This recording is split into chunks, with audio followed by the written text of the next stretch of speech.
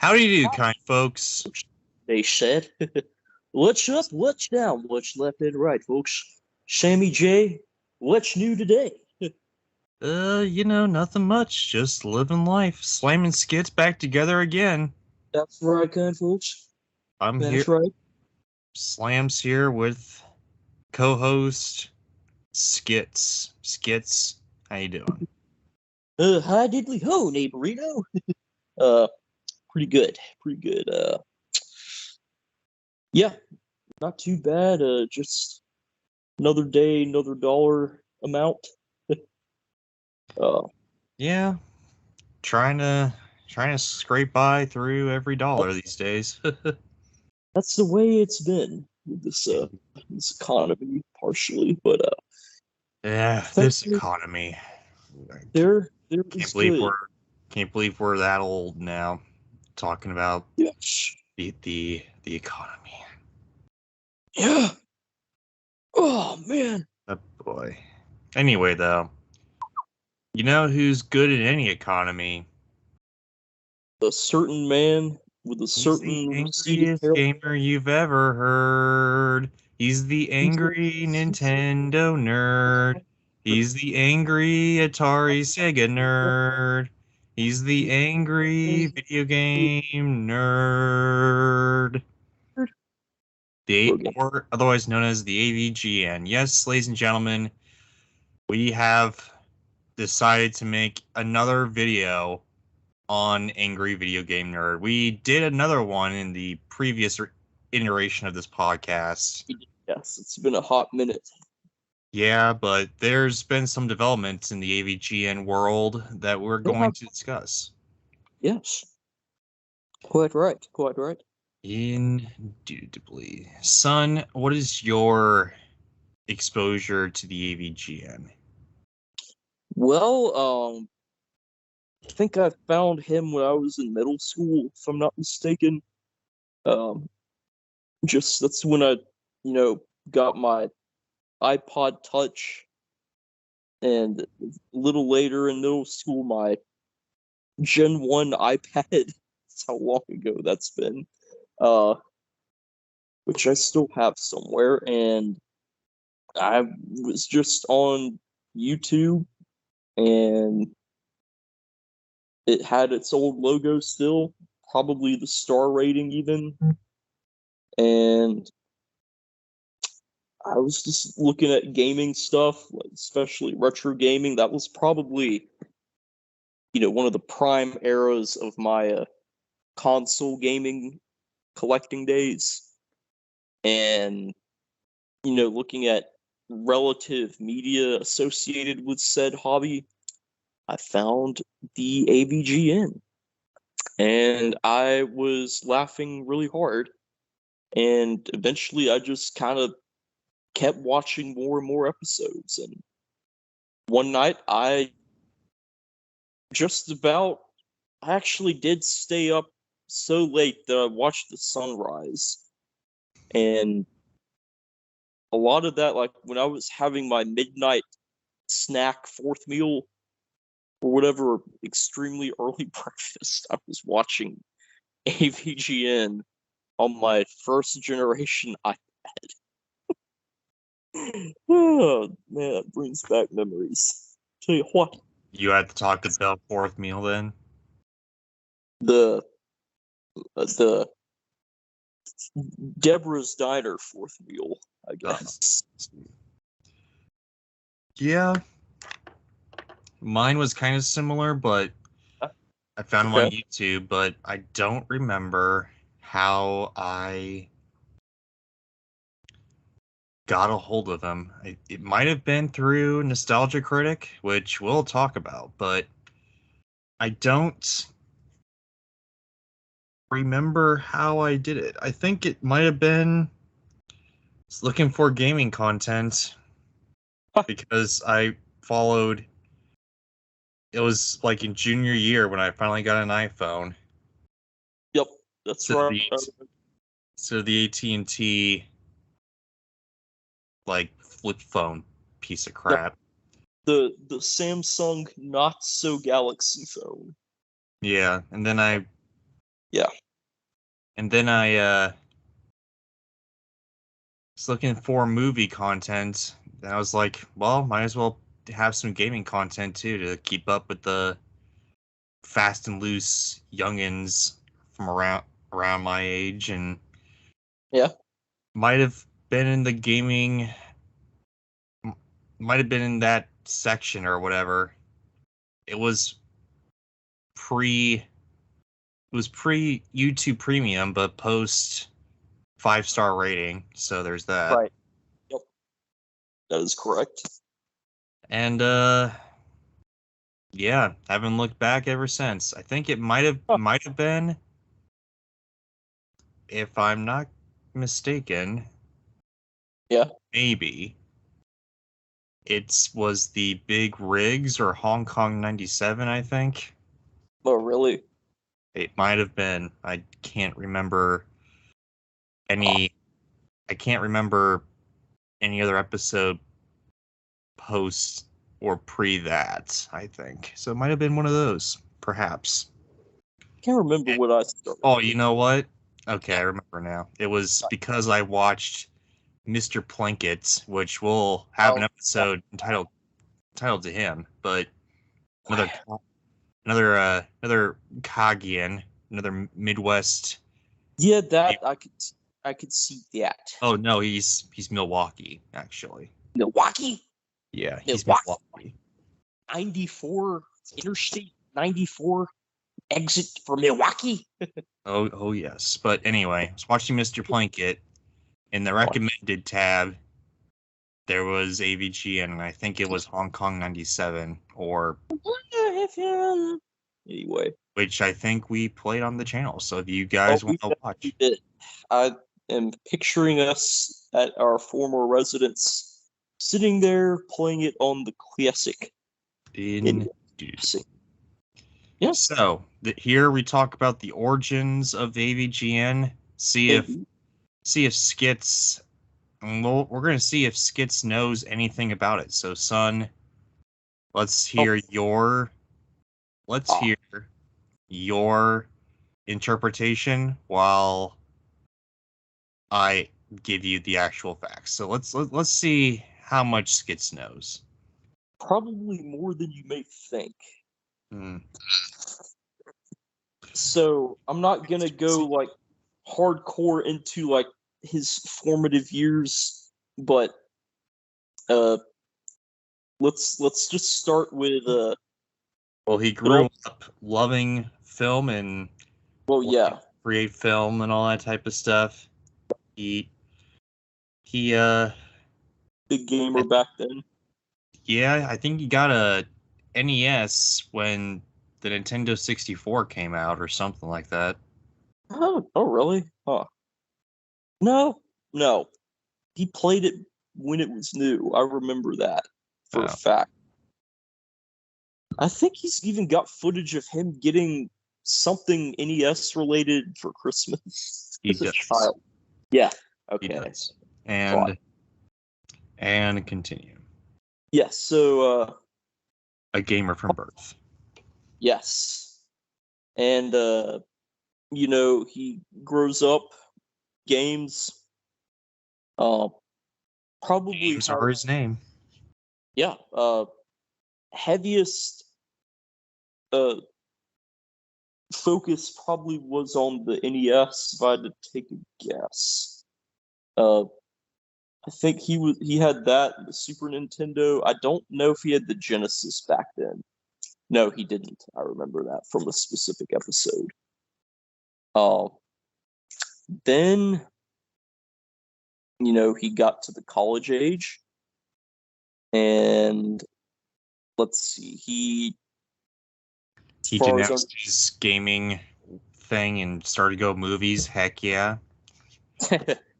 And then quotes, but yeah, he did go into the filming school, pursued that career, and still is pursuing it. I suppose. I believe he does some kind of uh more like pro level film work and film editing, you know, outside of his AVGN stuff. which we can get into that a little later. But eventually it turned into him and his buddies were joking around about what if we had this video of some guy who was so just butthurt about the past, about his gaming days of the 80s, where he just couldn't let go of the disappoint he had. And it was all like a joke, I think. You skipped the point. All right, what did I skip? Forgot the creation of his website, Cinemassacre, which came before that. Okay, I haven't looked into Cinemassacre before AVGN was a thing, so I couldn't tell you anything about that. It was a thing. So he wanted to use the internet to kind of, because it was blooming, like post-college days, I guess, or in his college days. So he decided to create a website to hope for his skits and all that to kind of hopefully get discovered. And he called it Cinemassacre, I guess, because if I remember correctly, he still loves horror. I mean, of course he does. Oh, well, yeah, that's a given. So he kind of wanted to create his own production company to kind of make horror type of stuff. So that's kind of why he created that, I think, if I'm not mistaken. And then he created a bunch of different videos and stuff like that, like, I don't know, some kind of skits and all that, because YouTube was not around by that point when he was creating stuff. I gotta pull that up on the Wayback Machine later. I'm curious. Huh. And now, continue. Yes, thank you for mentioning that. And like I just said, I'm gonna look that up on the Wayback Machine later and see what his website was pre-YouTube. Anyway, so at some point, YouTube existed. Google did not own it, but also existed separately. No, you skipped another point, son. What was before that? We go back to America Online. We're going to talk about his trilogy of video game reviews. Well, yeah, but was that pre-YouTube also? Yes. Oh, okay. I guess he uploaded that to YouTube a little later then. Okay, interesting. Did not know that either. Very cool. So apparently, pre-YouTube also, he recorded his first video on Castlevania 2, Simon's Quest, which I'm actually holding in its original box without its original manual. And he did that episode without his intro and mostly without any of the nerd isms. Actually, no, you didn't even show on screen. I thought, in the second one, I remember he came back as like, I fucking warned you about this one or something. But it just all starts with, this game sucks. Footage of the game. And then he just goes through it, talks about why it sucks. It's a little bit more like a serious roast. Like it's not as outlandish in a good way. Why are you echoey, son? I'm not sure. There we go. It's not as outlandish as some of the Golden Year stuff, which we'll get to. But it's just he was developing the character. Yes, he definitely roasted it like a pro, and roasted it good. And he wasn't necessarily wrong about the points that he made. So, not that I don't think the game's terrible, but it's definitely not. Of the first three Castlevanias, I would probably rank it as the third. best of the three. So yeah, take it for what you will. Chief, what was the second video he did? I can't remember what he did it on. What? I don't even remember. I just remember his weird youngish face. Yeah, I remember it too. The nerd shirt was a bit more wrinkled looking. Tell you what, we can find out. Oh yes, where I'm looking up right now. So. And as am I. And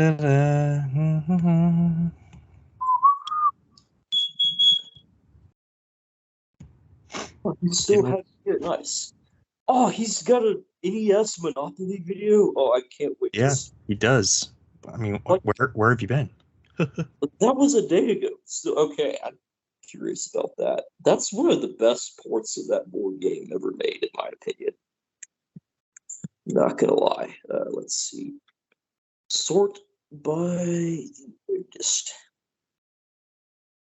Wait, what? Wait a minute. Where is it? Where'd the first one go? Did he take it down? His first video? Yeah, did he take it down? No, it's No, on the. It's Dr. Jekyll and Mr. Hyde, son.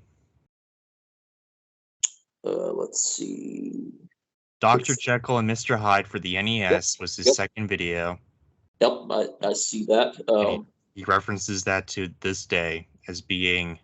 Yes, it is a very it's like a very, what's the word I'm looking for?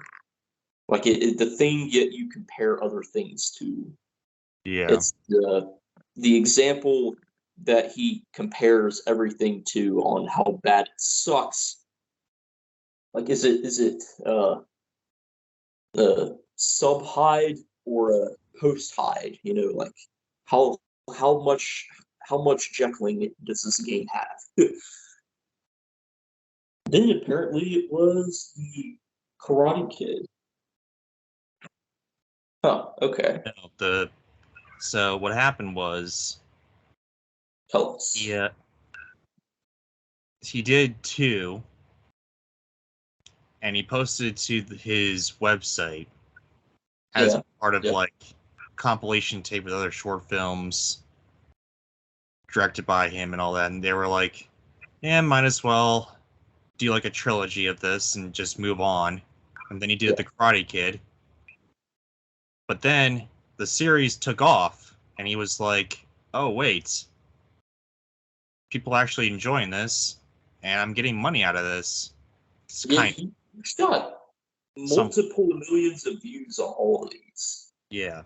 So he uploaded the first couple of videos in 2004, and then he uploaded the rest of the. Then he uploaded Castlevania 2 and Dr. Jekyll and Mr. Hyde on YouTube in 2006. Oh my god, that was 17 years ago. Yes. I cannot believe I'm seeing something on YouTube that says 17Y ago. That oh my god, what's happening? No wonder he's losing hair. Oh yeah, but we'll get to that. But then Karate Kid, it took off, and he decided to make other videos in this series. Indeed, he did. Rabbit, TMNT, Back to the Future, and he started putting in skits as well into his videos. Yeah, little by little, he kind of added more as he went. Indeed, and this is considered to be the golden age of the AVGN. Yes, this and like the next few seasons, I guess, if it's what I'm thinking of. Yeah, that is like some of the funniest shit he's ever done. Oh man, like Rocky on the NES comes to mind. So he's done a lot of. So there's been a lot of memeable aspects to the AVGN.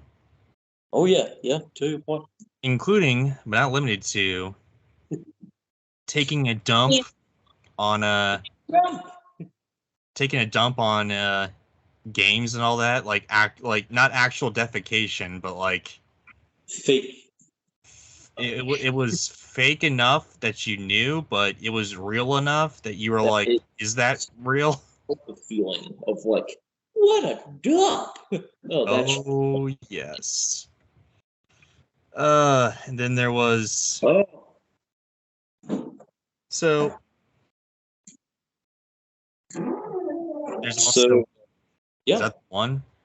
No, folks, that was not the one herself coming out to say, son, get up, doing. Son, what are you talking about, AVGN, son? Yeah, exactly. There's Bugs Bunny. Oh man, that's a classic. That's what he says. Mike Like McKay also kind of helped in the creation of these videos. Wasn't Mike the guy in the Bugs costume? Mike was the guy in the Bugs costume, yeah. Yes, and we'll have more on him. There's also this pickle that, yep, that just said that multiple times. Yeah, then, good episode with him is the Magnavox Odyssey one. That's a good one. So here's the thing too. In this iteration of AVGN, he was called the Angry Nintendo Nerd because he loved Nintendo. But as the series kind of grew, and as started to get more attention and all that and whatever, and started kind of run out of Nintendo stuff. For the moment, he definitely didn't as time went on, but yeah. He rebranded to Angry Video Game Nerd because it gives him more flexibility, so he can do whatever game he wanted, but also he didn't have to get sued by Nintendo when eventually they would start cracking down on their property and all that. Nintendo in the video. Nintendo, that word's copyrighted. Oh yes. Yeah. Also worthy of note here is that most of these videos, especially in the early days, were the ant days. They were what? The ant days. Yeah. They were less than 50. Most of them were less than 15 minutes long, and that's only because YouTube would only allow videos not like 15 minutes or less, especially back in those days. Yeah, people used to have like these multi-parters for a topic that took longer. It'd be like, camera noises from 10 years ago, and we'll be back in part 2. Like his Bible games, like his last one on Bible games was it was 21 minutes, so he had to kind of cut it in half. Right. But he also did other things like but sometimes he would also do some other interesting things like after season 1, then he started to become AVGN because he did other things like Atari 5200 and Teenage Mutant Ninja Turtles 3. Like, stuff that he liked talking about, but not necessarily game related or even Nintendo related.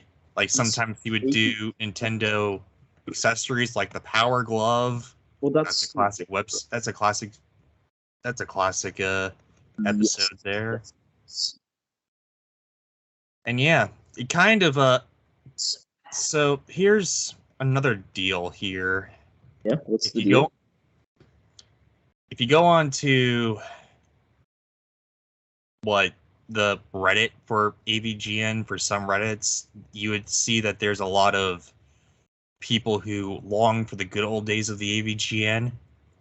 They're talking about season 1 AVGN.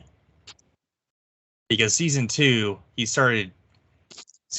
onward, he started, uploading to not only YouTube, but game trailers website, where they kind of helped him gain more money and more, all that type of stuff, which I don't see a problem with, but people have a problem with it. Some people have a problem with it. Is that website with the bomb logo? With the bomb logo? I don't know, but there was something where I used to remember his videos had, it was like before or after the cinematic her song came on. I gave it lyrics. Anyway, there was like a bomb in another website name. Probably. If you saw it with Silver Surfer or Die Hard or Independence Day or The Simpsons, Bugs Bunny's birthday blowout, you see with that one, then yeah. Also Atari porn. Oh yeah. In Atari. Yeah. I didn't even know this one existed. It's not available on YouTube, but it's available through the Cinemassacre website. Took it off YouTube? No, he couldn't upload it to YouTube. I've definitely seen that one on YouTube before. It was probably on a re-upload or something. Interesting. He also did stuff like Nintendo Power, which is something that's very interesting, in my opinion. Son, what is your thoughts on... Yes. Hold on. What's your thoughts on AVGN Golden Age from, let's say, season 1 to... I'm going to try to see when he started making the movie, because that, as with VeggieTales, that kind of signaled the beginning of the end for the Golden Age. So we'll be 2012. So season 1 to season 6, I think. Trying to figure out how to find where are you finding the seasons at?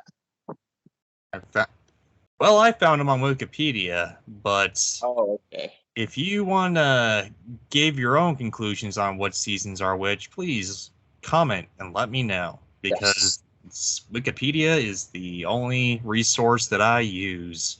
Dun, dun, dun, dun, dun, dun, dun, dun, dun. Hey. Which season? It's 1 through 6, you said? 1 through 6 is 1 through 6 is the unofficial, but in our thing, the official Golden Age. Yes. Let's see, 23.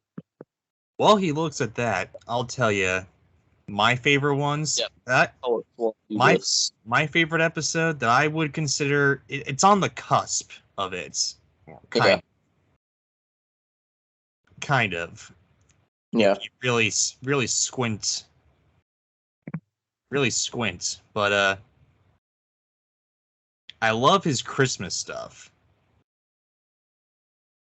12 Days of Beeps. Yeah. I really love his Christmas stuff that he did. Bugs Bunny's a classic. Yep. My favorite episode, not only of AVGN, but not only of the Golden Age, but the entire AVGN, if you really squint, you gotta really squint hard for it.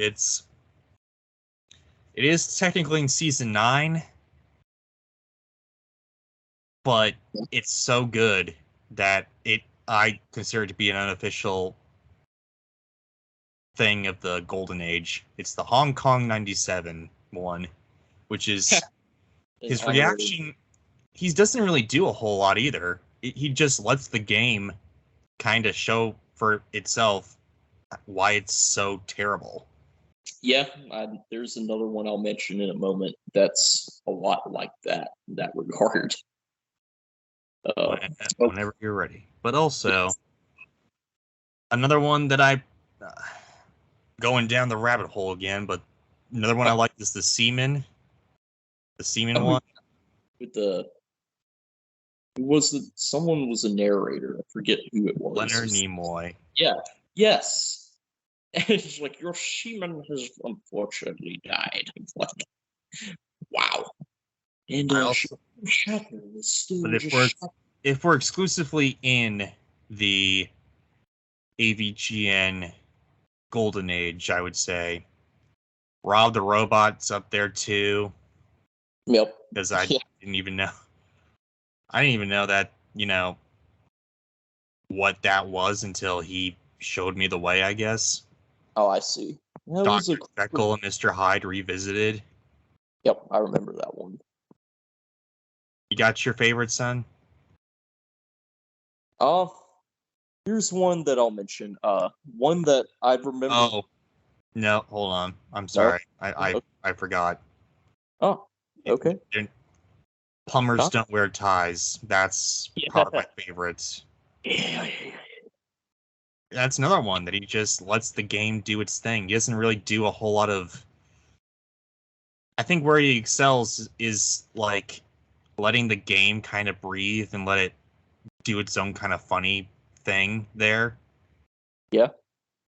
And then, I mean, of course, Bugs Bunny, hilarious. Defecating on a game, hilarious. Destroying a game, hilarious.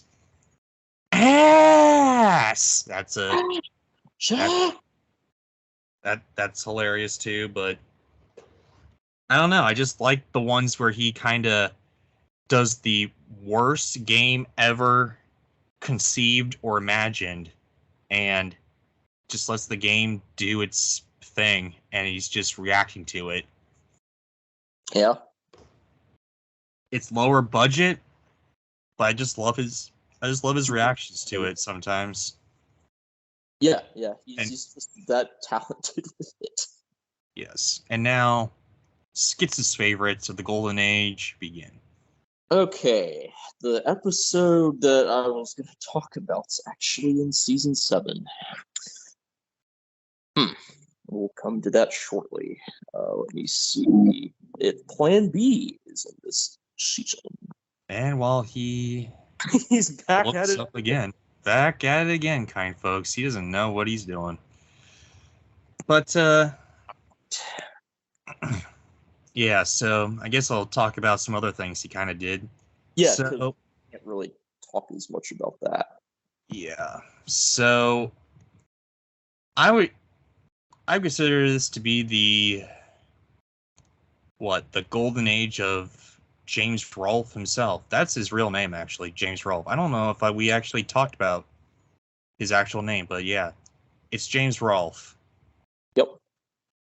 AKA the man himself. He created a lot of very interesting things that kind of spawned other things in the internet, YouTube's particular. Like, let me see exactly when he created it. I believe he created this during this time, but we're going to double check. All right. This one.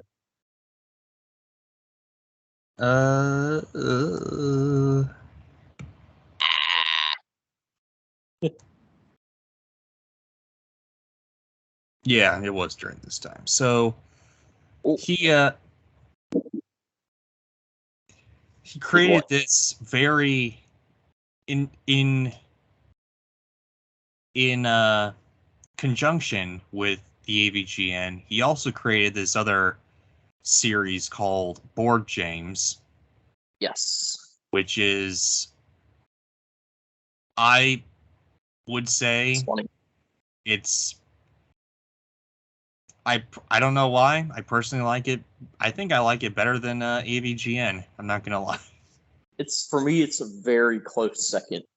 Yeah, I wish it's that back going again. It's very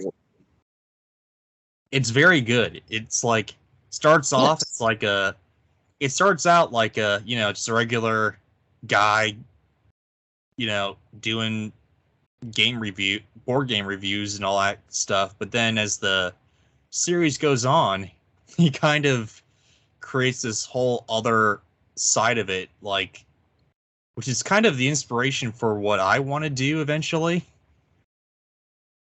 I mean, I'm nowhere near capable of doing this yet, but I want to.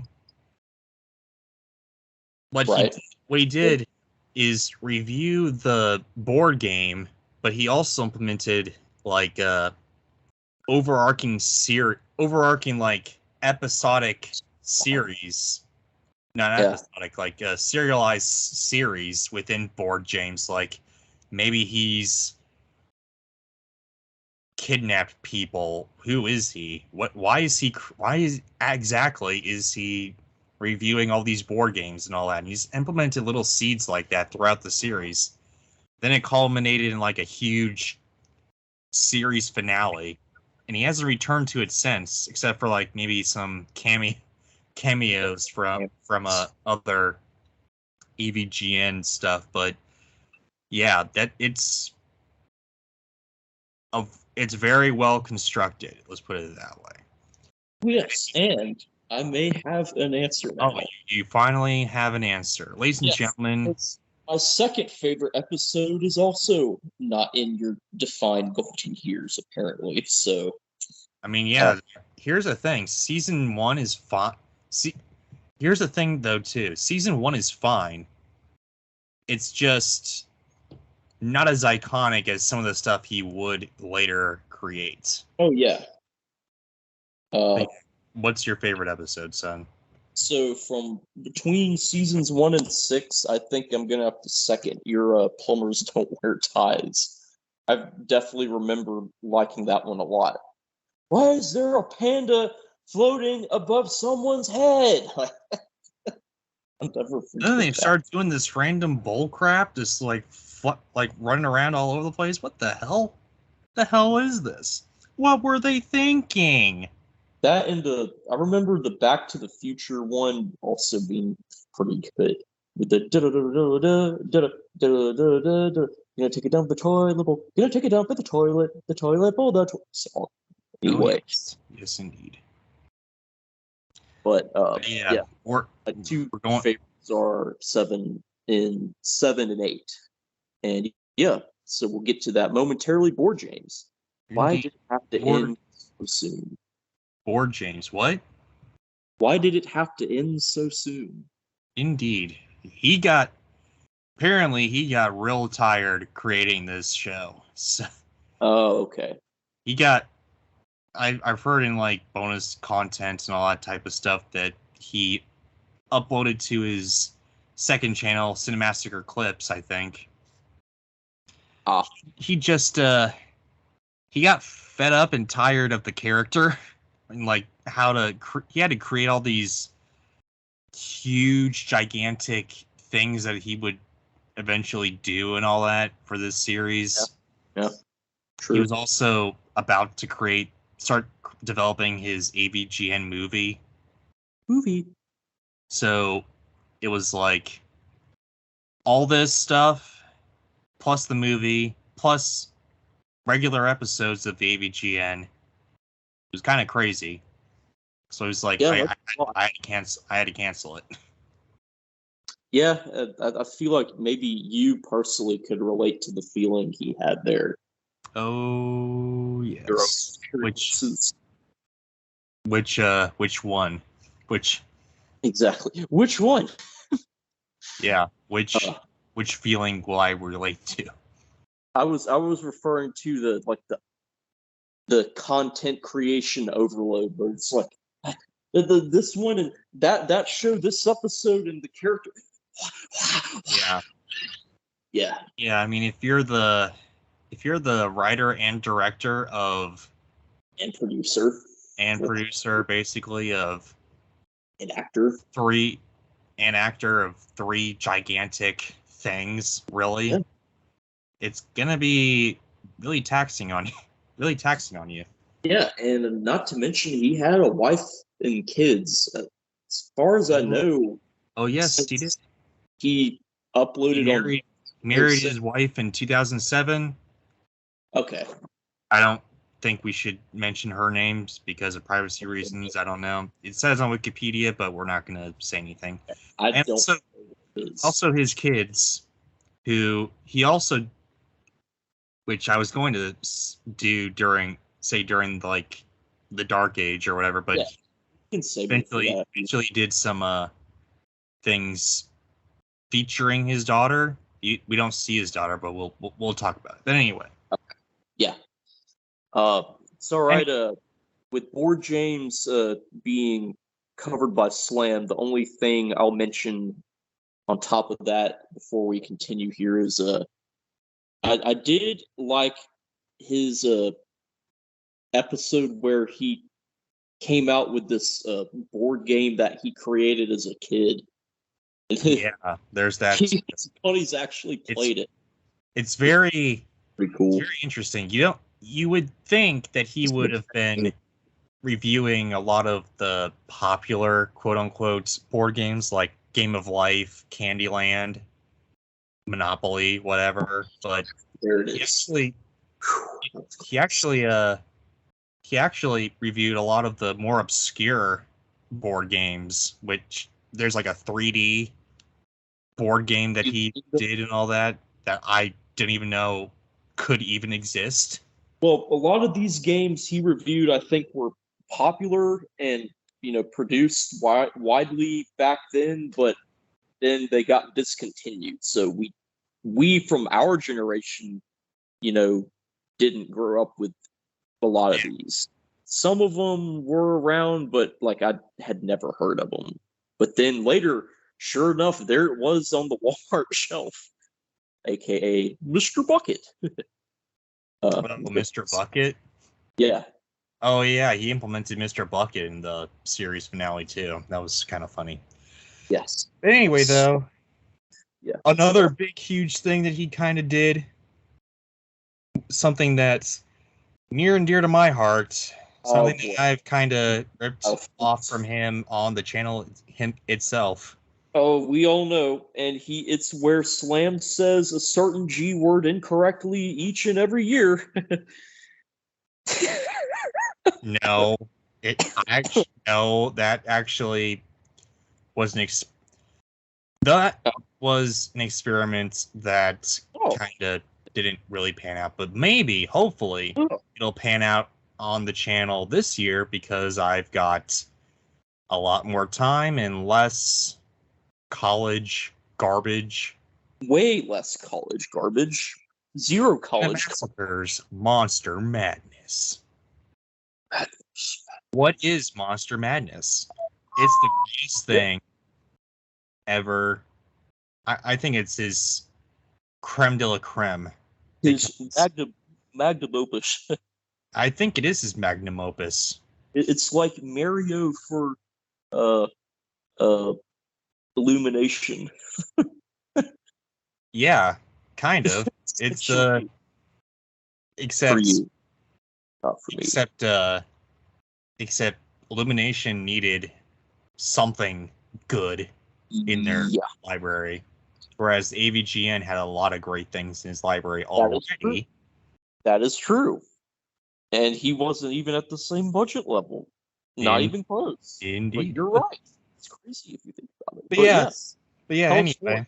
Cinemassacre's Monster Madness. This is where he just did like a 2-minute review every day in the month of October. Nope. Mostly, I think, to boost the traffic on his website and all that, which we'll talk about.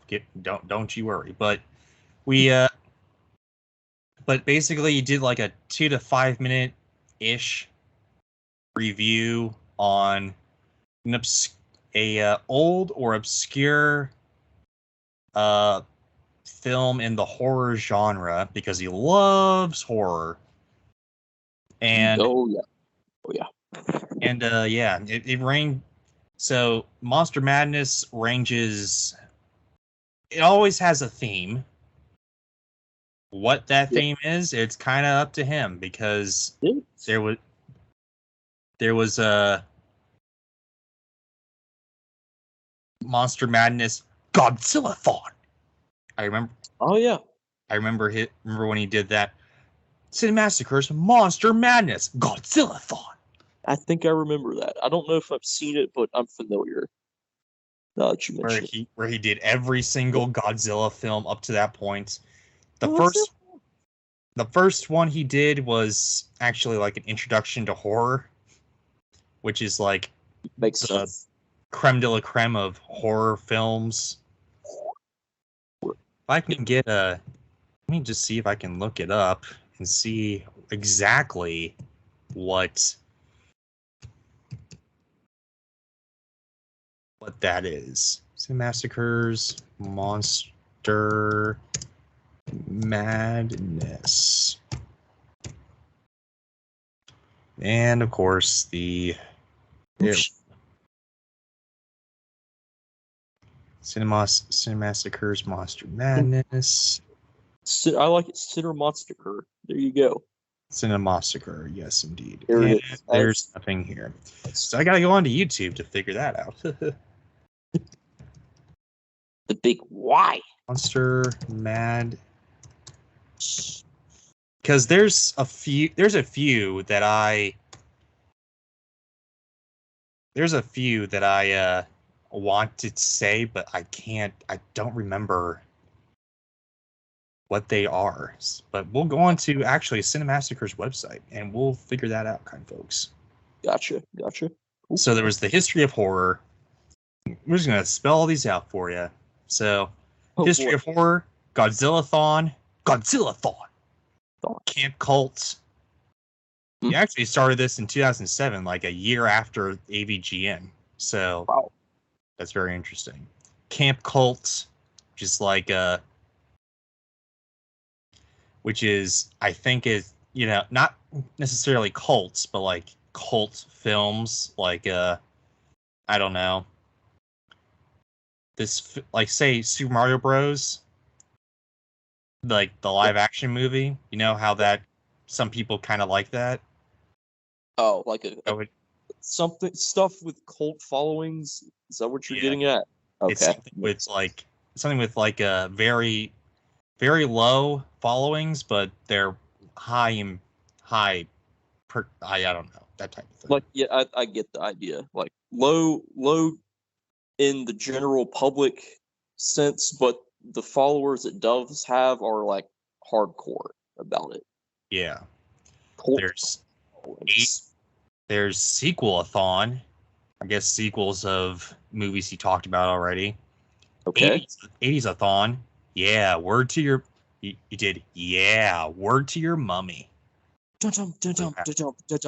Sequel-a-thon 2, Monster Madness 8, Monster Madness 9, Monster Madness X, Son of Monster Madness. Let me see if there's. Oh, there's just got a list of all of them. All right. And all that type of stuff. We'll get into more Monster Madness in the Dark Age because there's a reason why. The Dark Age. We'll get into that. But anyway. Okay. And yeah, I think that's. Yeah. I think that might be. Oh no, there's. You know what's BS show? You know what? Oh, yeah. That's just his random show that he just talks about. I like it. It's very doing this very underhanded, I guess, but like I'm not giving it the proper levity, I guess, but it's his show where he just talks about random stuff, which random BS, if you will. Yeah, random BS that he does not like. That he thinks is BS. Yeah, which ironically some people tend to say that kind of So here's the thing. A lot of these things, since James was good at making videos, and he made so much good content on YouTube when most of the time you get Charlie bit my finger or whatever, that type of crap. Charlie. Yep. A classic, but not the nerd. Yeah. He kind of spawned some genres in YouTube, kind of. Yeah, I kind of felt like he did that as well. I never really dove into that deeply, but I think you're right. So you know what's BS? You know what's BS? Kind of spun off into the commentary community, sort of, on YouTube, where they kind of talk about stuff they hate or stuff they need to talk about, like, except now, like, you know, I Hate Everything, which is another channel that I watch. It's very similar to You Know What's BS. And he talked a lot about YouTube drama and all that crap, and everyone else talked about YouTube drama, regular drama, whatever. So he kind of spawned that. Board James kind of spawned off, like, you know, content on YouTube with overarching plot lines, I guess. Like, you can make movies and TV shows on YouTube, sort of, you know, in high quality. And then Monster Madness kind of implemented the, you know, every day you get a little review for a month, basically. It kind of spawned off all that type of stuff. It kind of makes me wonder, actually, did he actually spin himself off in the sense of, he had his Monster Madness, where it was like a review a day for the season. And then he did his 12 days of Shitsmas for the Christmas season. Like, did he spin himself off unintentionally? What do you think? I don't know. I do know that if you the reason why he did that, actually. Oh yeah. It's because here's a little peek behind the curtain of YouTube. If any of you guys want to come in and, do some YouTubing, Yeah.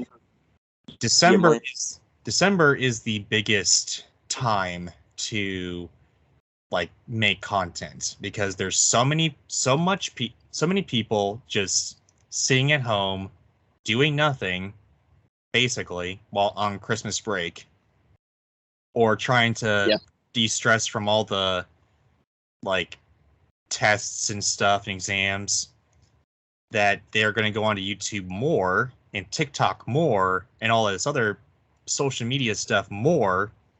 So the more videos you upload, the more you're going to get seen, the more the algorithm likes that, the more you're going to, it's like a domino effect. So December is the biggest month to December and October, basically, are the biggest months.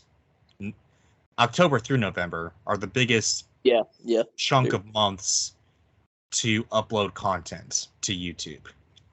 Yep. So I think AVGN saw that. I think it started out like, oh, I like monster movies, might as well just create, this.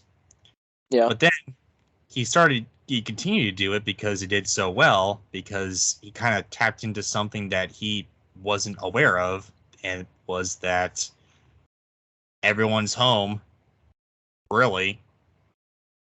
Everyone's starting to come back indoors and just watch YouTube for hours and hours. Might as well continue to upload during October and keep this momentum up, Yeah, for sure. And that's one of the reasons why he did the 12 days of estimates. Yeah, because is not allowed to say shit. Just don't want to, but Yep. anyway. Every once in a while. But anyway, he did what? Reason why he did the 12 days of, that is because he figured out that you upload more content in December, you're going to get more ad revenue. So he did that. It was hell on him because he had to upload and edit all these game reviews in like a 12-day span. Yeah. So it was a lot. It was like most of one of the seasons. It was like, could have been, yeah. It was like season 8, I think, or something like that. It was like the 12 days of Xmas and then maybe 4 other videos, and that's it, which is surprising. Yeah. But we'll get to that.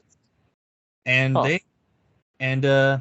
but yeah, AVGN kind of spun off a lot of other angry reviewers. Without AVGN, we wouldn't have the Nostalgia Critic. AKA the Critic, which I call the Joylet Toilet. Because that Joylet, Illinois is where he goes to this theater that yours truly, Slam and Skits, visited, and Slam could not take photos in, but it was still pretty cool. But I did. I did. Oh, we might see a review later. Yes. Anyway, Joylet Toilet for that purpose, and it rhymes. But yeah, I gotta say though, that theater was really sweet. I can see why he goes there. But yeah, I did the wall and I sung. Ah! Oh wow! He coughed. So yeah, without AVGN, you wouldn't have Nostalgia Critic. We wouldn't have many other angry gamers. We wouldn't have what spun off from Angry Gamers, BreadTube, which was video essays. So yeah, AVGN led the way. More or less, kind of redefined YouTube as a platform to create quality content. Yep, a pioneer riding that virtual horse pulling the chuck wagon. Yeah, I mean, of content. Oh, you know what? You know one of the reasons why I probably like Plumbers Don't Wear Ties more than any of his other stuff? Why is that? It's probably because it's more of an essay rather than... Is it? It's more of an essay rather than any other skit type of stuff, because he's just talking about the game and what's going on in the game. Yeah, it is more of a although most review. That's true. Most video essays these days tend to have like a lesson or something, like, oh yeah, so Yoda in Attack of the Clones represents patriarchy, and the Fall of the Jedi represents, I don't know, the end of capitalism or something like that. I don't know, like some bull crap like that. When in actuality, I'll tell you what, they actually do enjoy Attack of the Clones. I mean, they don't have to have like a allegory or whatever. It's just, they just like the movie. Can you just like the movie? Anyway, though. Yeah. No offense to any of those other people. I'm sure there's allegories you can pull from anything, but I mean, there's some things that are just like, okay, calm down. Calm down, some movie reviewers, I'm just like, okay. Some video essayers, I'm like, okay. That's a little too artistic. That's a little. You're grasping at straws here for. Although I think Attack of the Clones kind of represents something about 9/11 or whatever. I don't know. Okay. Or like America's response to 9/11 or whatever. I don't know. Anyway, onward and upward. Exact point given. There you go. Like, what the hell? Yeah. I don't know. It's yeah. Anyway, Nostalgia Critic. Yeah. Toilet. Yep. I've seen I- reviewers kind of deal with that. Anyway, Nostalgia Critic did that. What else? Like came from this. The There irate was a gamer. lot of irate gamer who turned out to be after like completely stealing from AVGN Yeah. to his He's got own. videos, but they're not all like hilariously classic. But yeah, he He turned was. into his own person. Yep. Finally, The other John guy. Trump, John Tron came from this thing, which Yeah. there's some stuff about John Tron, I guess now, but we're not going to deal into that. Whatever. Is No, he was. What? There's one more in particular. What is it? Angry Joe. There's Angry Joe. Spawned from this too. Not who I was thinking of. What is that guy's name? AVGN Nintendo World Ego Championship. Raptor. That's the guy, but what this is Pat the NES Punk. There it is. That is who I was absolutely wanting to mention. There we go. What? Pat the NES Punk. Oh, okay. Great channel. Who is who? Oh. There's these French people that also took inspiration from AVGN, which I have never heard of.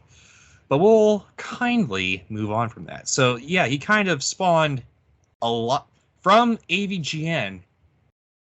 Rose a lot of like real big genres on YouTube. Without AVGN, there wouldn't be all these creative people doing their own genre-like things on YouTube. Commentary community, BreadTube, essayists, or game or reviewers on YouTube in general. Like I would say too, like he spawned off like the reviewer in like on YouTube, like Jeremy Johns or my beloved Chris Stuckman, if you will. Oh no. Oops. Yeah, they just did the they just had the smaller budgets and they just talked about it. Kind of like how AVGN did Plumbers Don't Wear Ties. He just talked about it. Yeah. Yeah, pretty much. Yeah, basically. That's really about it for the Golden Age. At least in my opinion. Son, what else do you have to say about the Golden Age?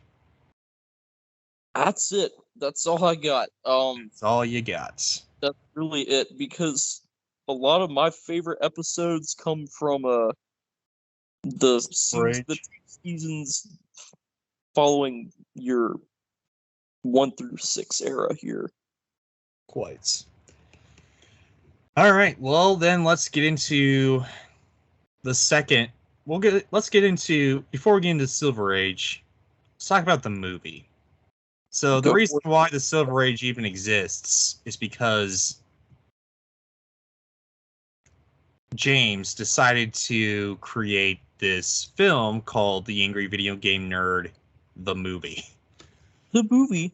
And he did all. This is another thing he kind of did that was very different from other people, and he got a lot of crap for this back in the day. Yeah. Although everyone does this nowadays. Like it's so what happened was he created like a GoFundMe or something to like fund his movie. Oh yeah. Yeah, I remember that. And B, he didn't upload the movie for free. He had it under like a paywall or something. You had to buy it in order to watch it. Ah, The first one, the first real thing was, I guess, was new at the time, so people were like, why do I have to support him?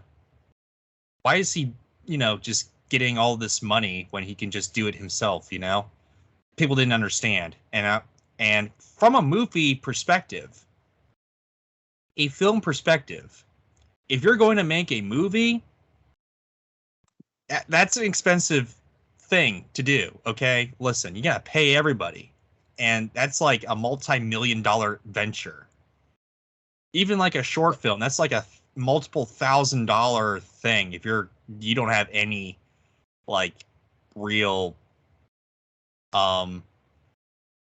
you don't have any real help or anything like that, like any free help or anything like that. So that's the I mean, I don't mind him for doing that. They kind of subsided once they kind of figured out why he had a paywall. Son, you're there, right? yeah, yeah. Okay, there you go. So he people kind of understood why he had a GoFundMe and all that, which, by the way, a lot of people, everyone these days has a GoFundMe or a Kickstarter or whatever to create their own movies, their own cartoon pilots. I know of a few people I saw at MomoCon, which I might do a video on MomoCon later, but there's like most people that I saw at MomoCon have a Kickstarter to create their own cartoons. Naturally, yeah. Their own cartoon pilots, which, hey, more power to you, okay? You know what you're doing, go ahead and do it, I mean, I don't care necessarily. I probably won't pay for it because I don't have that money to spend around, but people who do, hey, go support them, whatever. Yeah. So I don't care about that. Some people took issue with the movie being you have to pay in order to watch it, which I was kind of like, yeah, why'd you do that? Yeah, back when it wasn't as more commonplace as it is now. So It was less commonplace than it is now. There's some YouTubers who actually do make it. They make their own. I mean, they make movies and stuff like, oh, who was it? Shane Dawson. He created his own movie. Smosh made their own movie. Oh yeah. And guess what? Those films, they're behind a paywall too. So James is kind of the first in doing that. Huh. What do you know? Yeah. So not only did he make more money for the payments and all that, but he, creates something that, is actually film quality. Right. And so, son, have you seen the AVGN film? No. Dun dun dun dun dun dun dun dun dun dun. So I actually have. I won't get surprised. into. I actually own the AVGN film. I bet you do, kind folks. I won't go into extreme detail because this isn't a review on the film. It's a review on the AVGN as a whole. Correct. So I'll just give like a basic short summary. It's basically James and his friends making a so bad it's good film. Huh. Basically. Yeah. It's got a lot of charm. Some people compare it to Nostalgia Critic anniversary films that are considered to be some of the most atrocious films, some of the atrocious filmmaking ever in existence. Yep. Which I don't understand. Yeah. I think it's leaps and bounds better. I don't think it's the best film ever made, but it wasn't trying to be, or James was trying to branch out into other film like make films and all that type of stuff. So he might have tried, but I don't like. There's some things that did like a so bad it's good film. You don't start out your film making prowesses with so bad it's good film making. I don't think so. Yeah, it's. But honestly, I really enjoy it because he has a lot of so bad it's good references to so bad it's good films and all that type of stuff. Yeah. But because he was making this film for like 2 to 4 years, it kind of showed in his outputs of like AVGN content, because season 6 there's only 6 episodes compared to season 1 having 17 episodes. Right. And so it kind of started in season 5 where he just made like 11 episodes. But then with this film, he basically did everything himself. So it kind of took some backseat. The regular AVGN episodes kind of took a backseat while he made this film. So, yeah. So season 6, right? Season 6 through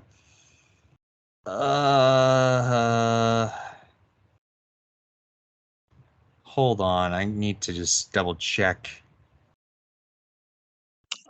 when a certain company took him over.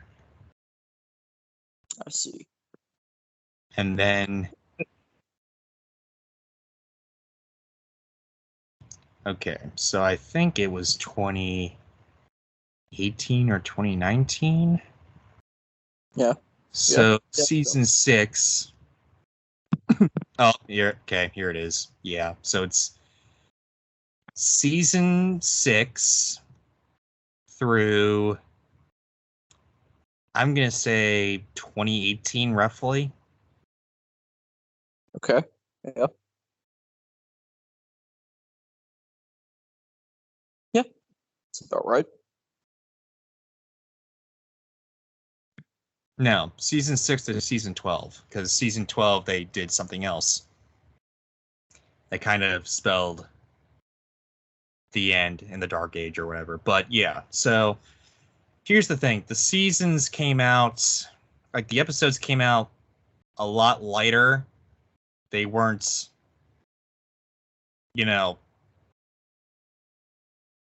quite as good. They were longer, but there were less episodes being released. Which it was like once a month thing. Yeah. If that. However, with that being said, yeah.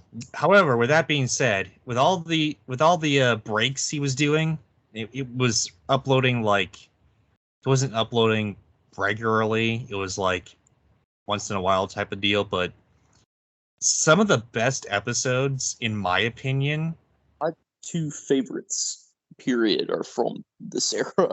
Yeah,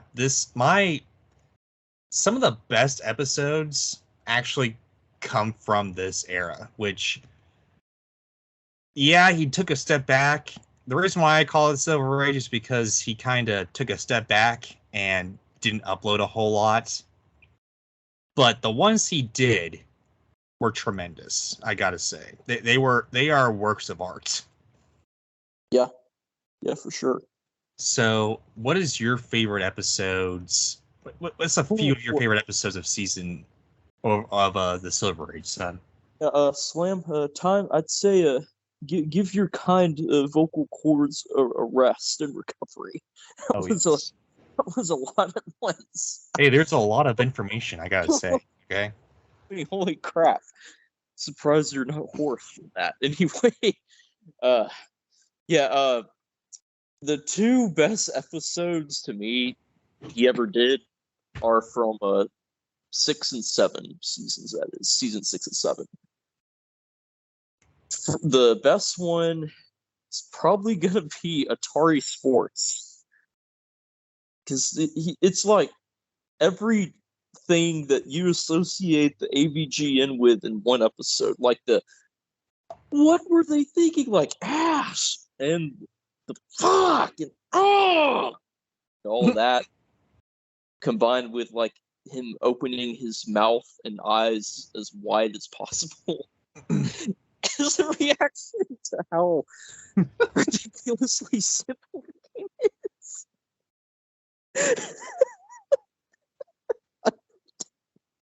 Oh god, it's the best picture.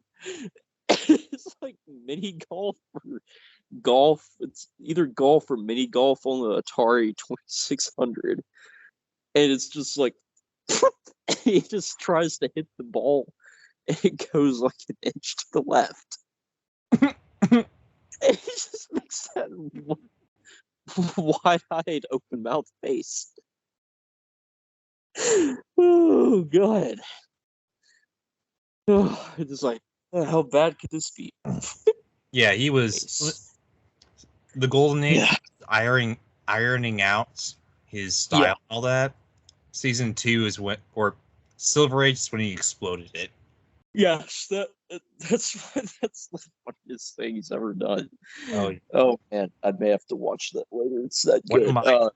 One of my favorites is actually the making of an AVGN episode. That one was funny as well and informative.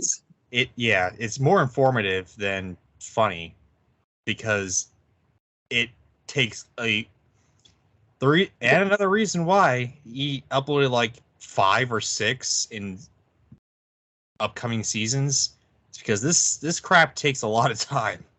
Yep. At the level he was doing it there, like that's a lengthy process, and that's when I really realized, holy crap, this YouTube platform it's evolved into something different. That's what I thought about it too. It's like this is a whole like production. Like he's doing a whole production. Skits and Sasha as Wise and Georgie anymore in 7th grade. It ain't that anymore. It's different. Good episode. I think my second favorite of all time comes from the following season, which is 7. Where he does the Rocky and Bullwinkle NES game, and just one of the best lines he's ever done is, "You don't want to fuck with the moose throwing bombs." It's so outlandish and ridiculous just to think about. Oh yeah. Man, it's still not as funny as Atari Sports, though, but it's still pretty good. So some of my favorites again are more him just commenting and letting the game kind of do the work for him. Big Rigs is probably my favorite episode of all time of SFG, or no, SFG, AVGN. Rigs.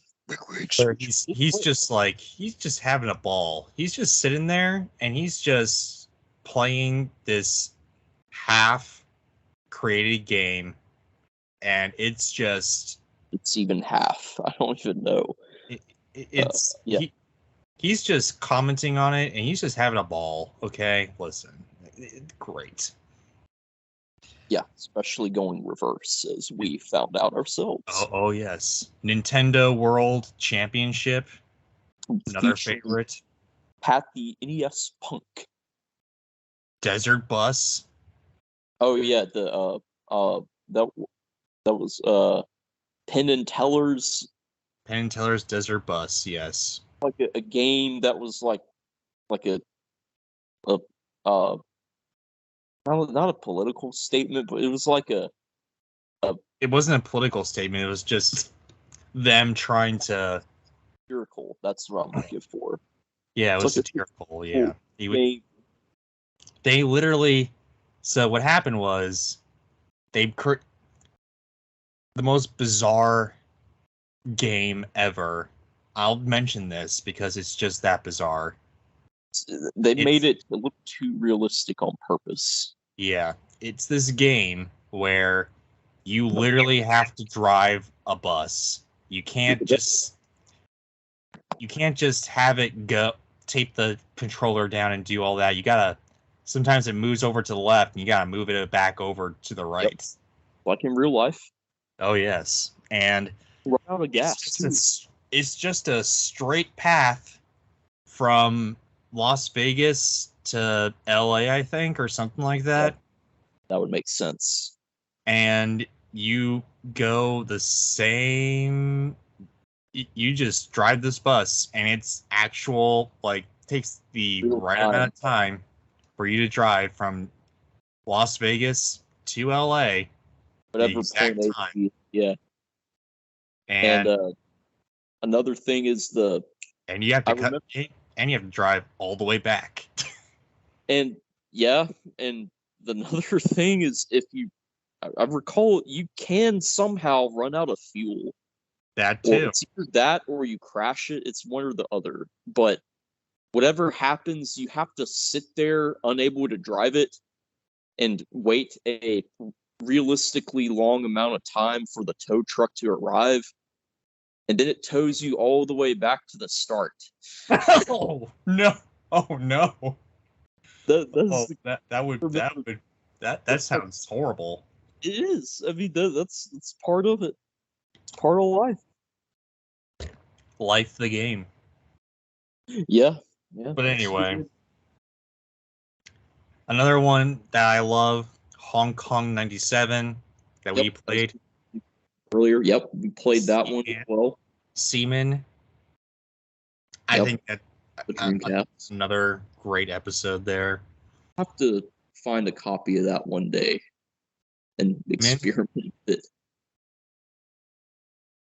Seaman? Yeah. Interesting. All right.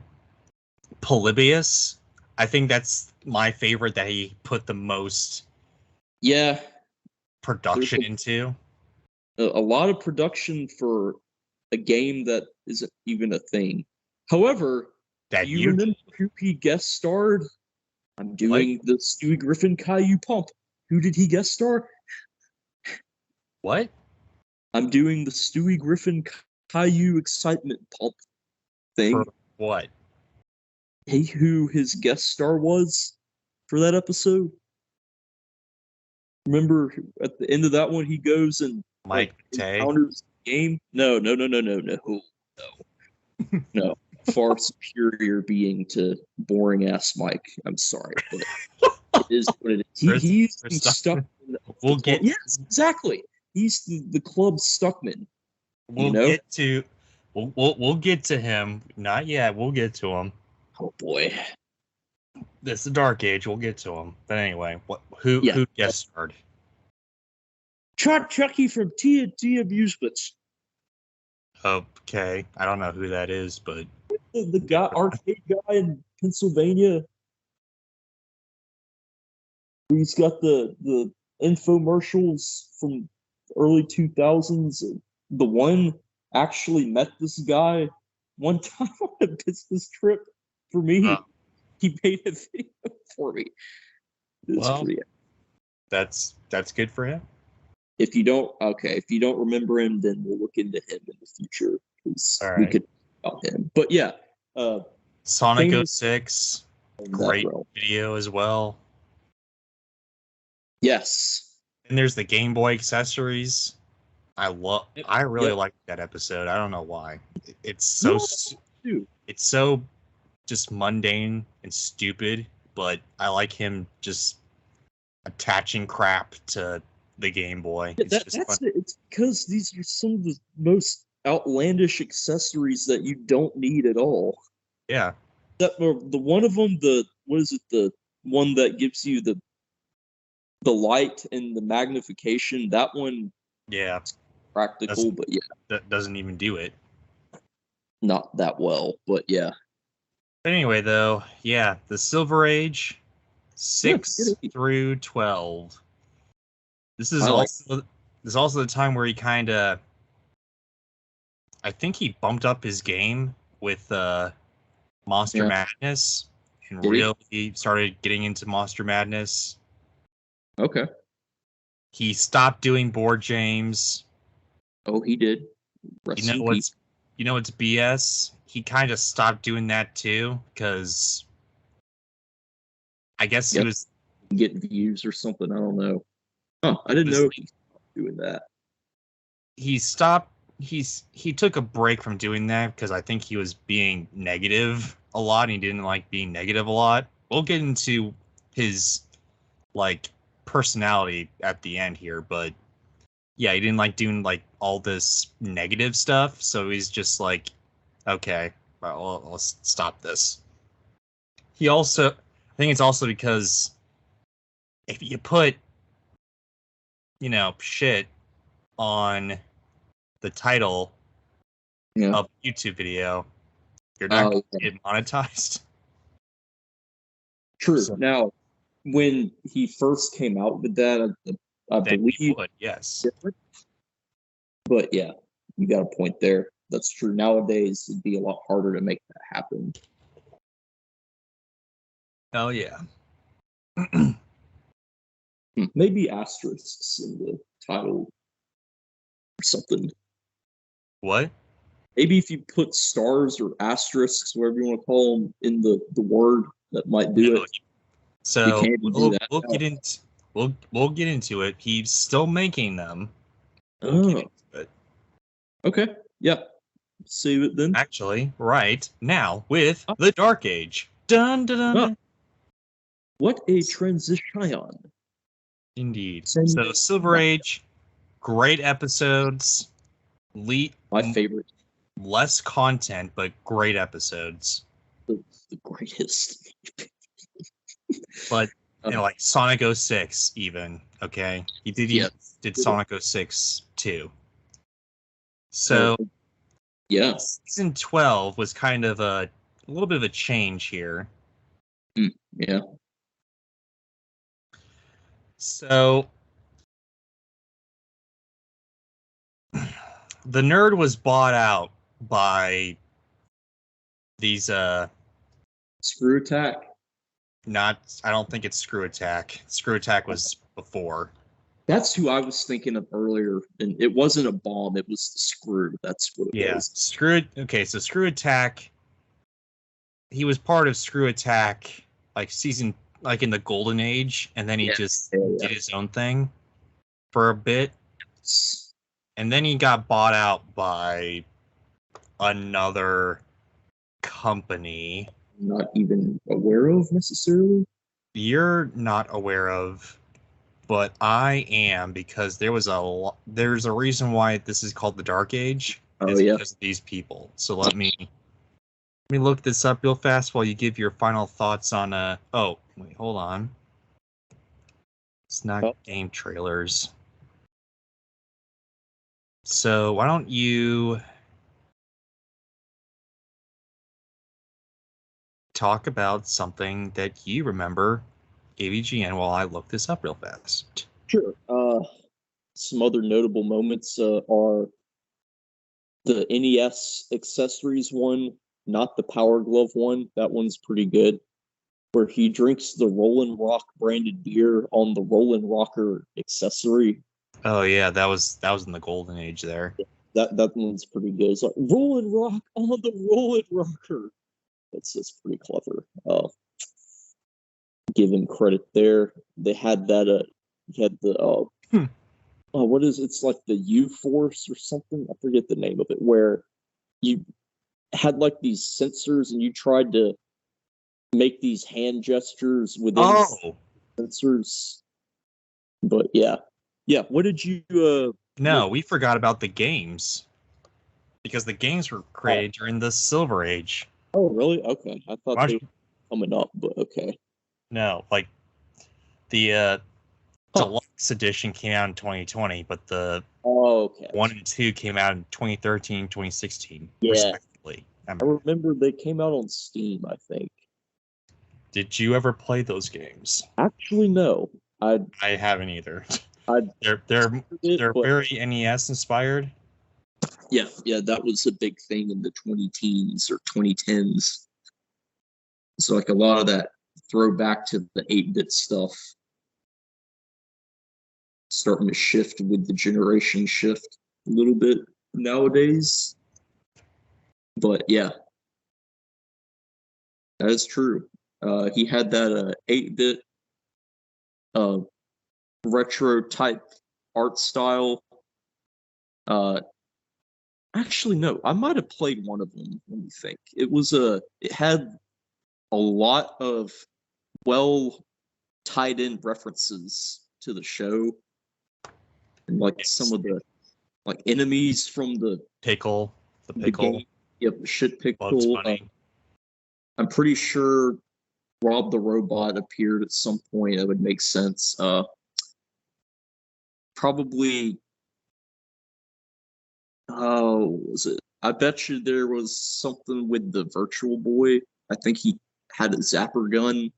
Yeah, so just AVGN canon, if you want to get technical with the terms, was greatly used in those games. And as far as I know, they're all sort of the same thing. It's like the second one's like a continuation of the first, essentially. From what I remember, I could be totally wrong though. But yeah, leave there on Steam. Last time I checked, you could still get them. So yeah, Right. check it out. Indeed. And I found them out. Nice.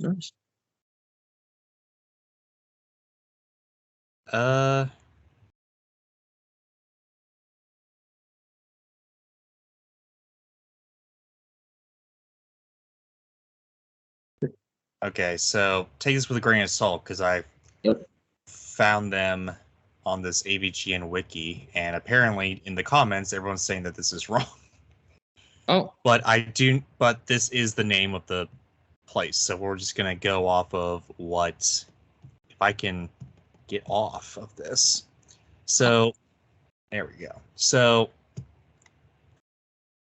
I don't know exactly when this transpired or how it transpired, but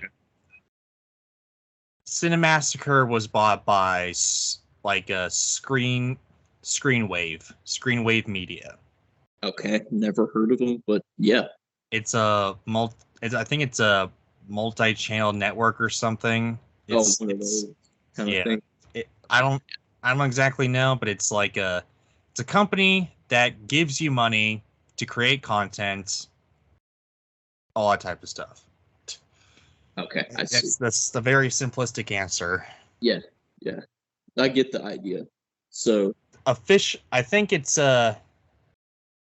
so I don't actually know when exactly they bought them. They bought Cinemassacre. People said that they bought them. A lot of people say that they bought them like right after Screw Attack and Game Trailers.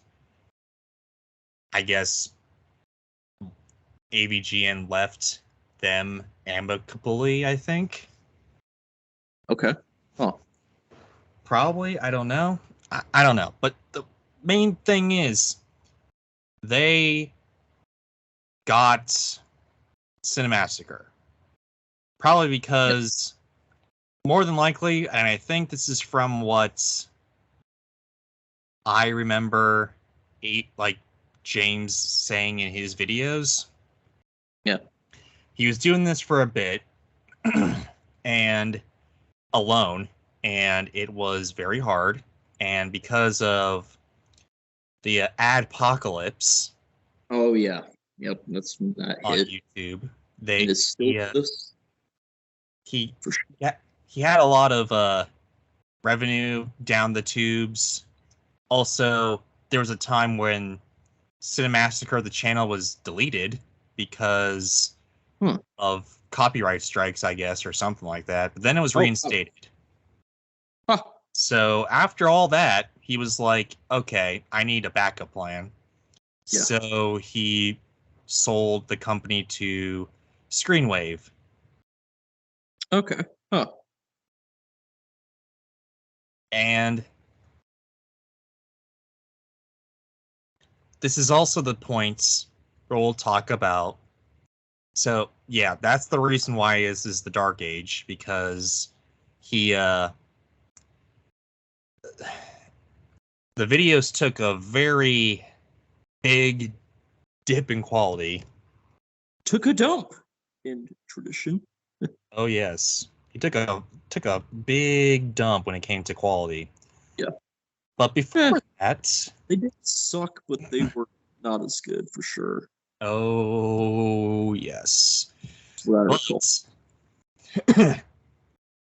But before that, let's talk about Mike Matei, aka the Chris Stuckman, apparently, of AVGN. I mean, they had that James and Mike Monday thing, which that was fine. I enjoyed that off and on. It was just, they were just kind of complex. Who's son? What? The audience doesn't know. Who's Mike Matei? Good point. So, oops. Let's rewind.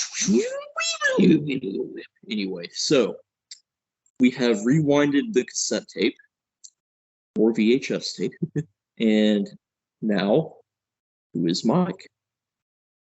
A friend of James.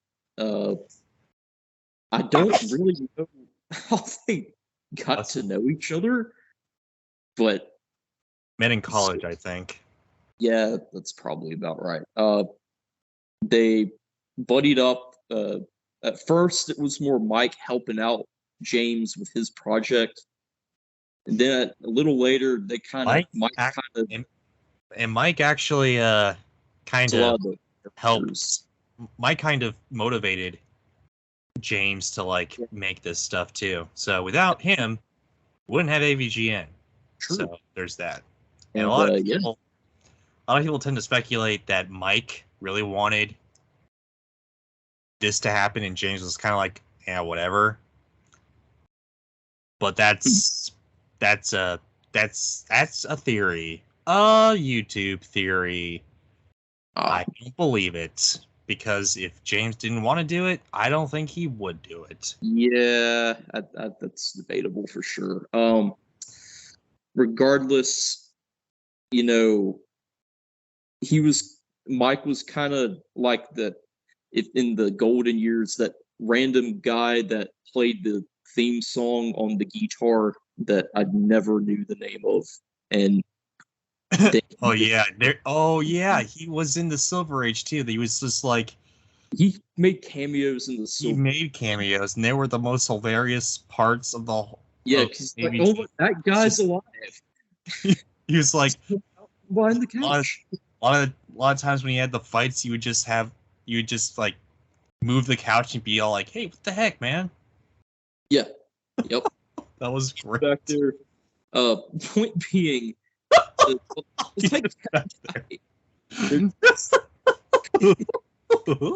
funny actually. Anyway, yeah, it's like him. They're just kind of in the background. Mike then kind of took more of a stronghold, and he was starting to appear almost as much as James himself. Hence, they came out with James and Mike Mondays, where on a Monday they would play a game and comment on it, kind of like what we have done in the past. And except shortened and only the highlights. Yeah, exactly. And for them, they also reflect on the nostalgia because they grew up with it. But it's boring, isn't it? It's not because I like the retro gaming. It's not the most boring thing in the world. I mean, I can kind of relate with it, and it's interesting to see, especially James have a different take on something he's already reviewed, where he's out of character now. He's more himself naturally. I think that's kind of neat. But then we get a generic ass title, and Mike turns into Mike Stuckman, if you will. Quote.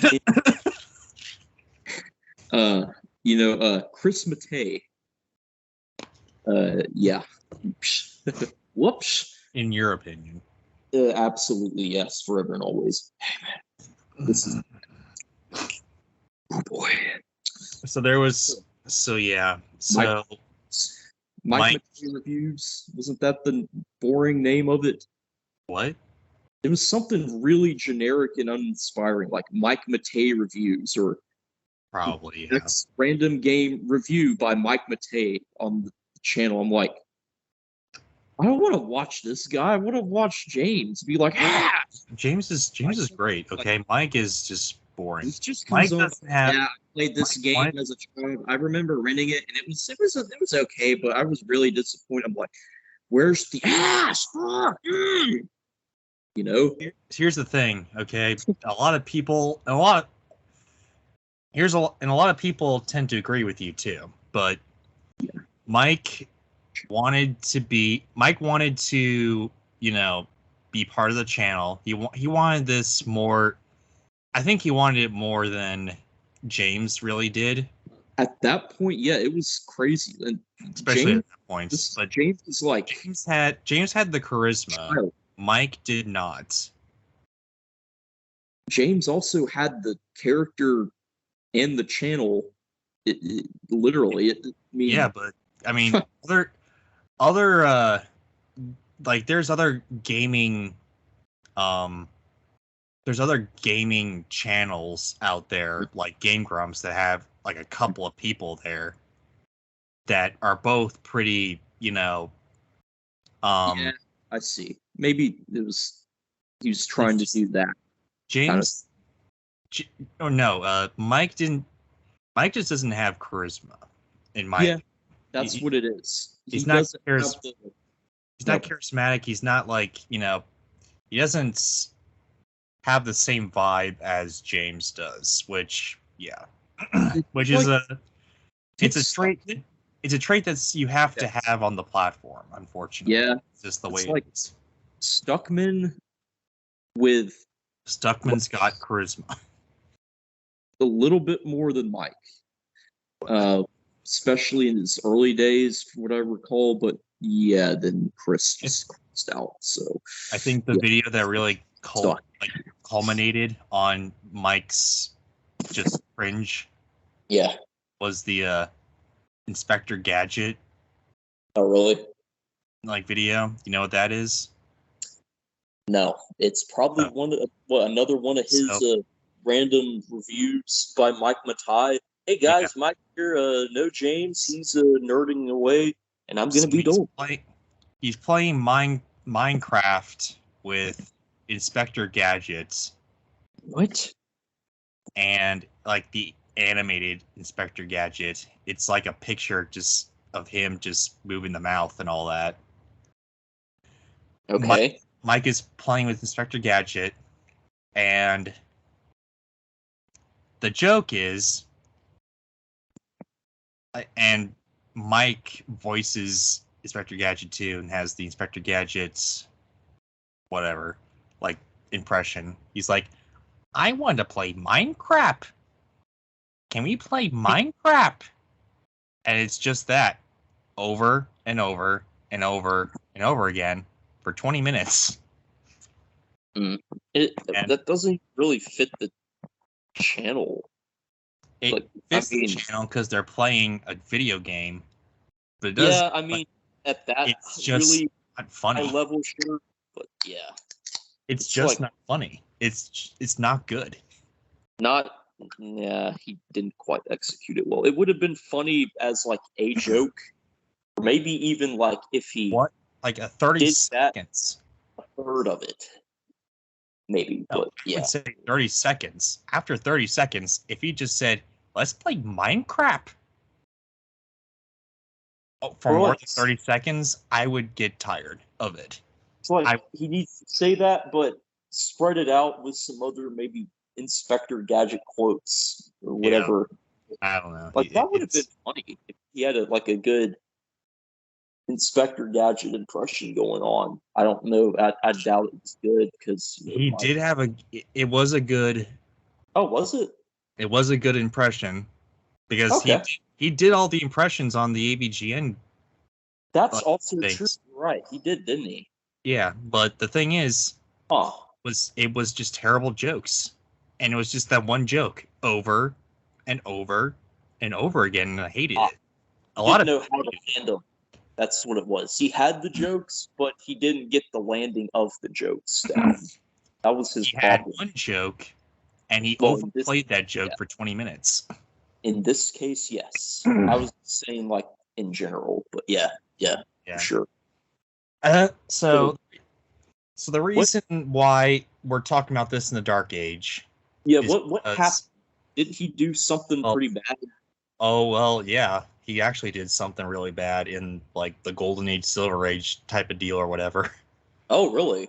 Oh yeah, so he posts Yeah. in the AVGN Reddits.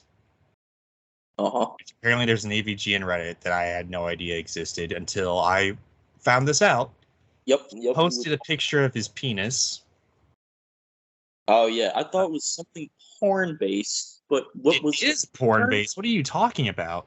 I was like, I said I thought it was porn based, but like what? Oh, all right. I can't remember what he did. So he sent a dick pic to the Reddit or Yeah, posted like it. I got a huge. I don't know about you guys, but I got a huge penis or something like that. I don't know. What the fuck? And he had like a tape measure or whatever and all that I, stuff. I mean, Everyone was just like grossed out, I mean, and you can do that on Reddit for sure, but not in that's a not in a yeah, you know it doesn't wet fit not in that. a Reddit that you're trying to that is not associated with anything like that. Not this subreddit. No, Maybe like it's kind of a chastising subreddit or whatever. it, Not it this. anyway. It was wrong. Yeah, It's bad. yeah. Not good. He was Not put good. on extend. He was put on an a leave, if you will, for everything to calm down, and then I guess they later deleted the picture. Thank God. Did you get banned from Reddit? Is that what you're saying? Temporarily? He got banned from the entire Cinemassacre Oh, really? for a So bit James because of this James crap. James gave him a temporary suspension. Yeah, That because I thought mean, like he was probably personally. just like, "Hey, listen, you did this. It might be best if you kind of lay low for a bit." Yeah, probably. Yeah, I can see that. But yeah, so there's other instances like that. But the reason why we are talking about this in the Dark Age Yeah. is because Mike Matei left Yes. in 2020, which Yeah. for many people was like a ray of sunshine and hope that it could be great. Yeah. But I think, unfortunately, though, I think he helped James make Yeah. He had videos his better. place. He did have a It's place in the channel. stale toast, okay? It may not be tasty, but it fills you up and allows you to do great things, okay? Yeah. Yep. Stale toast. Mike Matei is the stale toast. The Stuckman, if you will. He is not the Stuckman. Stop that. But anyway, Yeah. Yeah. but anyway, that was it needed to be mentioned. Yeah. And the quality of the content kind of later dwindled because of Screen Media or whatever, Yeah. whatever that company was. Because Oh yeah. Yep. in season 12, which is actually kind of a good idea, but people hated it.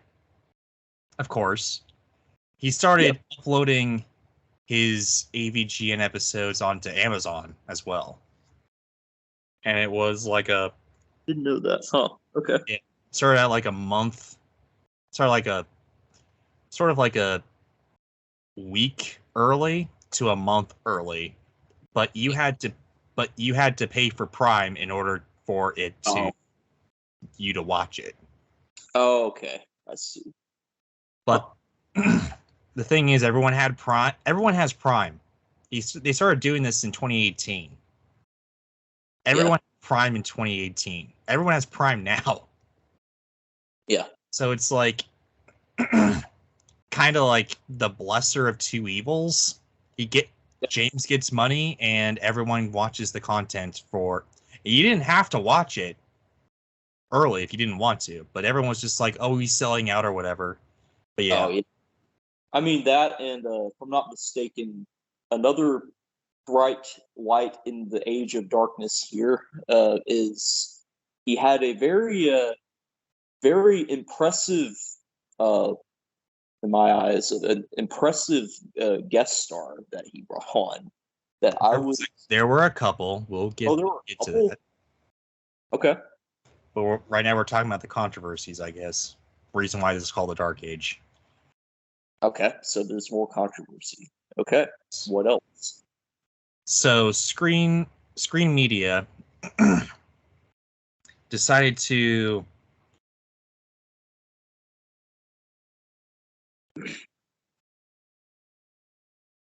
What did they decide to do? trying to see which one they want to talk about first. So they started implementing themselves into Cinemassacre. Oh. Which a lot of people really did not like. Yeah, that's fair. They sort of replaced the Mike Matei. Oh, and okay. it was like these random people.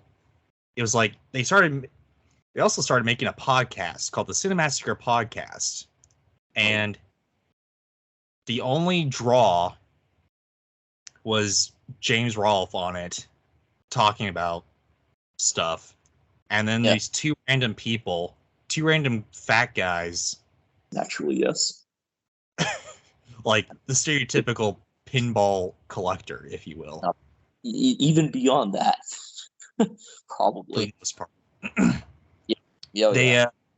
They were just talking about random stuff. Like one time they talked about like the top 5 best rock bands and all that type of stuff or whatever.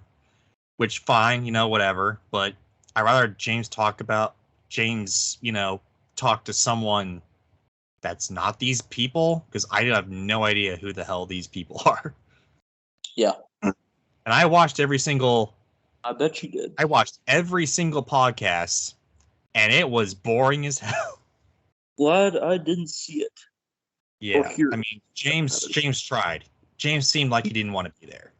I'm sorry. Sorry, James. Sorry you had to go through that. I mean, I'm sure they are good friends, but it's just it didn't quite work. They gave it a did shot. not work. No. It happens.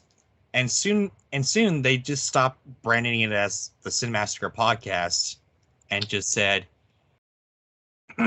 branded it as like James's face on the thumbnail and talking about random stuff like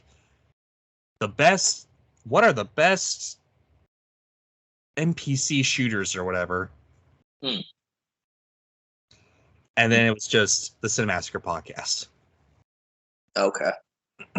Since and then they kind of started writing the episodes too. Oh no. Yeah. So it was.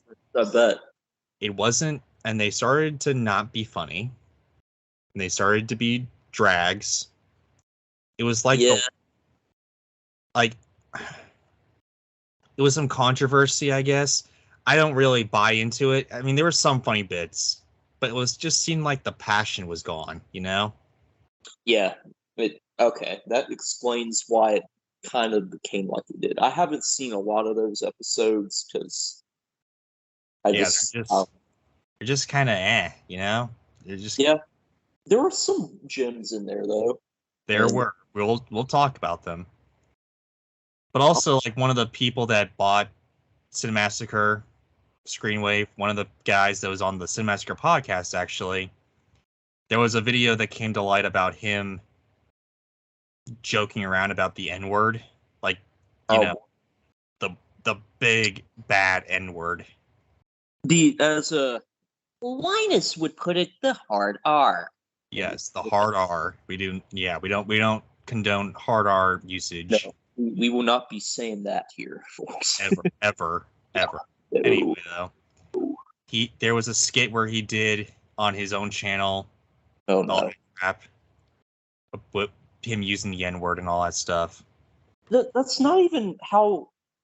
Like, they don't even use the hard R N-word in the rap. In general, like that's whatever. Okay. Whatever. Also, this is also the time when James was in quarantine. He decided to create a 20 Skype band, I think. Oh yeah, he can play some kind of rock band. It was like a cover band. He can play he has a Gibson SG like I do, actually. Not the same exact thing, but same model. So he started a band with people from Screenwave, including the Hard R skit guy, which I don't even know anymore, but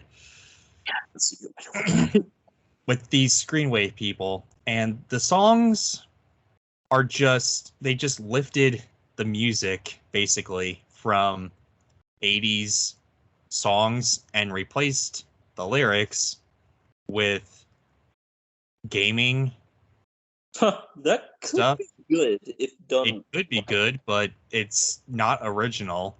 Well, people want original content now. Since fair enough. Everyone does it, and James is like, you know what? That's fair. For the community that his target audience is, it's not like for me personally being an active electric guitarist. I do get into people doing covers of classic songs, which, yeah, I mean, if you're going to do covers, that's fine. But what they tended to, I guess I haven't seen these, so I don't know. What they tended to brand themselves as was like an actual band.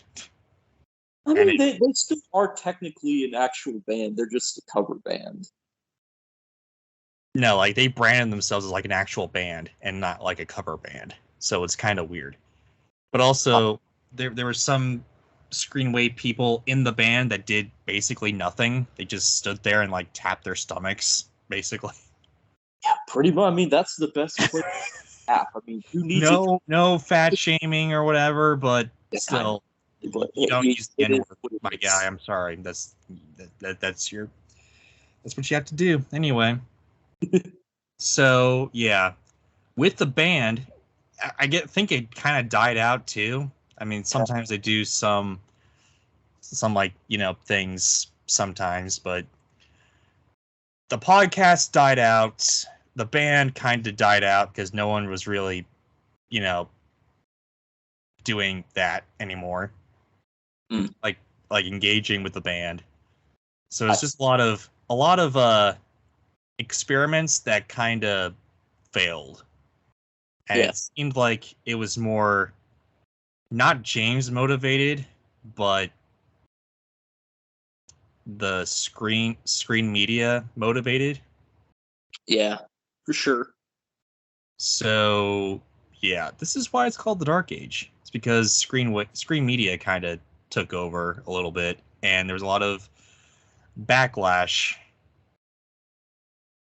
But that being said, James did. Also, one of the things too. Last real big thing. Okay. So they stopped doing Monster Madness. Oh wow. But a couple years later, they started doing this. They started doing like maybe a couple episodes of Monster Madness, but longer episodes, that type of thing. Yeah. Maybe like an episode every so often. Yeah. That kind of follows what they'd become anyway. So I that makes sense. Okay. Yeah. But then they made this decision like in 2020 or 2021 or something where mid-COVID they were gonna resurrect Monster Madness It was going to be Like horror in its around the world, and they were going to put it on. They were going to have it exclusively on the Cinemassacre website, so they wouldn't have any like strikes or whatever from YouTube and all that, which I get, right? That's smart. That's smart. But Yeah. you don't get as wide of an audience as the trade-off. But yeah, I see. Not really. They did promote themselves pretty well, though, I thought. But one of if they pulled it off, cool. They kind of. There wasn't a whole lot of engagement or whatever, but there was one episode of Monster Madness where James was reading a script, like not actually in the video, but like, the script for this, the video, right? Yeah. People found out that this script was actually had a lot of copy paste from another video that was similar. They were talking about the similar movie. Yeah. And it was basically like a copy paste script. Okay. Was it one of his own videos though? Or like another channel? It was another channel. Oh no. So come to find out, there was a script writer who basically took this another video. It wasn't James. So they promptly fired this man or girl, whoever, took the video down and I think re-uploaded it into like a new script or something like that. Okay. It was after this that that Screenwave kind of backed off a bit. Good. James started writing most of the videos now. They had a little bit of input, but it was mostly James. It was mostly James doing his thing and all that. I mean, of course, there's sponsors. Everyone's going to be complaining about the sponsors and all that. But James wrote the videos. There's some like technical stuff that Screenwave kind of helped with, but James wrote the episodes. Yeah. After the Dark Age ended, which we'll get into. But yeah, so let's talk about some of the good parts of the Dark Age. Yeah, you talked very extensively about that. Because there needed to be emphasis on why the Dark Age exists. I guess so. I will not be going to Harbor Freight, folks. Oops, dun, dun, dun, dun. That's okay. I'm not worried about it. Just messing around. But yeah, again, how is he not hoarse? I don't know. Regardless. Oh yeah, so you want to talk about some some guest stars or whatever? Can I gotta say his name. I can say his name. Macaulay Culkin appeared. Yeah, Macaulay Culkin played Home Alone games with the AVGN. I think this is also the time when so Gilbert Gottfried, before his tragic passing in 2019, he guest starred in an episode as well. You're shitting me. Did he really? Yeah, as Fred F. Word. And he just started. I mean, it was Fred because it's Gilbert Gottfried. It was hilarious, but the writing was kind of bad. But Gilbert Gottfried there was absolutely tremendous. They just let him go off the cuff. That random as the producer of forget what game it was. It might have been Fester's Quest, I think, on the NES. Some random NES game that the credits had Fred Fox F-U-C-H-S. Yeah.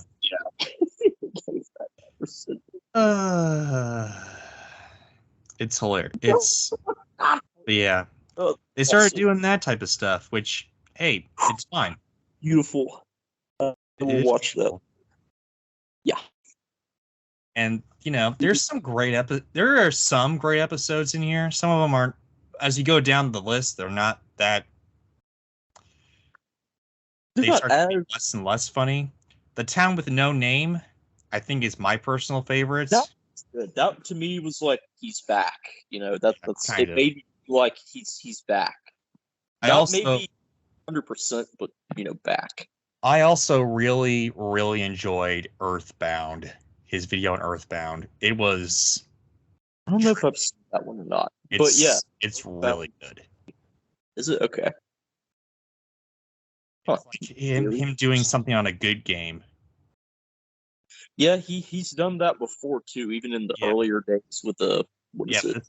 This is like a 40-minute like thing here, and it's great. Yeah, I think this might that's in the New Age or something like that. But yeah, there's also chronologically confused about Kingdom Hearts. That's another thing because he never actually played Kingdom Hearts. So you're like, why are you making a video about Kingdom Hearts when you've never played a game? Yeah. So that was kind of a screen media thing too. That's another controversy. Anyway, though, onward. Okay. Yes. There's Superman 64 Returns and all that type of thing. I like that too. Oh, here it is. Okay. So Zelda Majora's Mask. That's a great video too. That is Yeah. I remember that one was one of his better ones of the newer stuff for sure. Yeah. But then once 2020 hits, and I don't think it's necessarily his fault because of the pandemic, or maybe it's on the underlying underneath the surface and all that, but there's also a few that kind of just were whatever, like Raid 2020, Mortal Kombat 1 ports, Incredible Crash Dummies. I liked the Mortal Kombat one. Oh, you did? Oh yeah. Oh, all right. Although he didn't have the humor, he was still the nerd and he was still kind of roasting it, but he was it was a bit more factual, but I liked it for that reason also. So that one probably in general was like a hit or miss. Some liked it, some didn't. So I could see that. What else? They're still inspired. They're just not. They just don't have the je ne sais quoi, if you will. Yeah. Perhaps. Of the previous ones. There's also the Commodore 64. Oh yeah, he finally did go on after using it to get on the internet for years. Jokingly. Yeah. That was a running gag. And then there's the controversial 200th episode. Oh yeah. The LGN trilogy, which LJN. LJN. We're LJN. Yeah, I mean, that's hard. That was another controversial video. You want to know what happened there? Where's that at? I'm looking for it. It's the 200th episode. Is that the name of it? Is the 200th episode? Maybe. It's also called LJN History and Movie Games, LJN Sports and Marvel Games, LJN Wrestling and Other Games. Let's see. But the controversy, another controversy behind this was that there was a couple things he did here. Number one, it was an hour and a half long, basically. It was 20, on average, each episode was 25 minutes. Yeah. Which he could have just released the whole video, right? Could have. A lot of people do it. People don't understand why he wouldn't just upload the entire thing, if not for more like money and stuff like that. Right. Second thing is, a lot of it tended to be older reviews from the other LJN games that he played, which if he's going to reference it, fine, right? Sure. But, we didn't watch this for a clip show. We're watching this because this is you're reviewing every single LJN game. We're not wanting a clip show, Mm. I can understand about that, but Sure. a little bit. But yeah. Okay. I vaguely remember that. I can't find it on here though to save my life. But I know he has a very long-standing history with LJN, just in general. Yeah, I mean, So. But yeah, there was some controversy with that too. So Yes, as you did say yes. Okay, I finally found it. It's way down. Indeed. It's a miracle. Miracle. Oh, okay. I'll have to watch that later. I don't remember that getting released. Interesting. Okay. Yeah, so there's that. Are there any more controversies before we continue? Any more? At all? Not that I remember at the moment. Okay. Essays complete. Lore. Do we lore completes. Lore. Yeah, there you go. There you go. So, I believe that finally brings us to what I would call the resurrection age, or revival age, whatever you want to. Let's call it the revival age. I would call it that too. You don't have anything else to say about the Dark Age there, son? No, not really. I mean, we talked so heavily about it in the TV wave or whatever that company is. I've never heard of. Screen Media. Exactly. Screen Media. And I probably will forget it within a few hours again. But yeah. Well, it's on the podcast if you ever want to take a look at it again. Which, by the way, comment, subscribe. Let us know what you guys think. Anyway, though. Our slams. Congrats for getting this far into the podcast. Yes, it's gonna be a long one. Yeah. It's definitely gonna be like a couple hours. There's a lot to say about this guy. Anyway. But hey, it happens. So takes us to 2016. Yeah. To the future.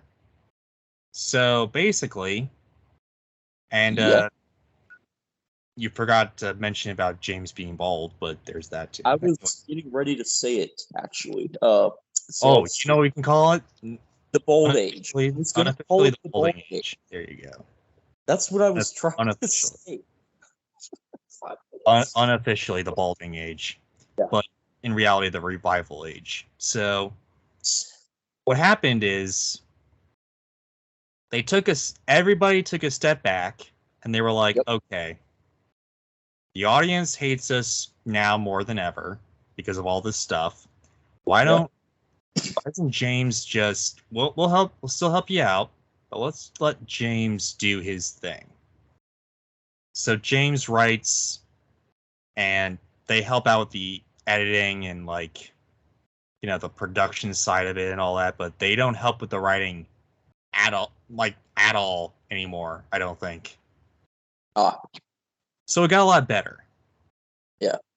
And it got more personal for James. Yes. Yes, it did. So, and he also started to do more, just talking head videos, which is talking head videos, basically like a guy sitting in front of a camera just talking. Yeah. I figured that's what you were referring to. You could say balding head videos as well. He mostly wears a hat though, but anyway. For that reason, but yeah. Yeah. But anyway, though, he another light into the Dark Age. He also forgot to mention he also did like a Mario, the Mario Maker thing that Oh level yeah, yeah. He could his do that. daughter did. That was cute. Yes. Yep. I remember that. Yep. Unfortunately, it's like 5 episodes, and he's not doing it anymore because the kids are like, "I don't want to do it anymore." He's like, "All right." That's So fair. yeah, it is fair, and good for him for not, milking them for content. So there's that too. Yeah, that is good of them. Not unless they wanted to. So yeah. What's Uh, not back being to ball. on camera. But anyway, though, so Bald in progress. So he's uploading more content on like movie stuff, which hey, movies great, whatever. yeah, I But see a more of a balance here now. yeah, there's movie content. There's talking head videos on Tears of the Kingdom too. Yeah. Like which is the new Zelda game, which I'm really Yep. excited and hopefully wanting Yep. to play later. But one on Doom as well, which I like that one. one on Dune. Doom. Like Doom, yeah, Doom, yeah. you know that. He did do that, yes. And Garfield. yeah, it's just a revitalization that is like a It really lot. is. It's like you're bringing Cinemassacre is James the channel now, which I really really like. And It's now like apparently with his buddy that John. Okay, now we have James and John. yeah, James and John. I don't know. Let's see who John is. You talk about your experience with the new age there, son. Not a whole lot. It's mainly what we've already discussed. I pretty much only occasionally watch the gaming stuff as it comes out if I see a notice for it. Uh, mainly if it's something like Doom that really caught my attention, or Garfield, which I knew that one would be a so bad it's good situation. He did Kid Yeah. Icarus, which one? That one was more of like a. He didn't have a lot of bad to say. I think he just it was really difficult though, or something. Yeah, Icarus is one of those good games, good yeah. game thing. But also, I guess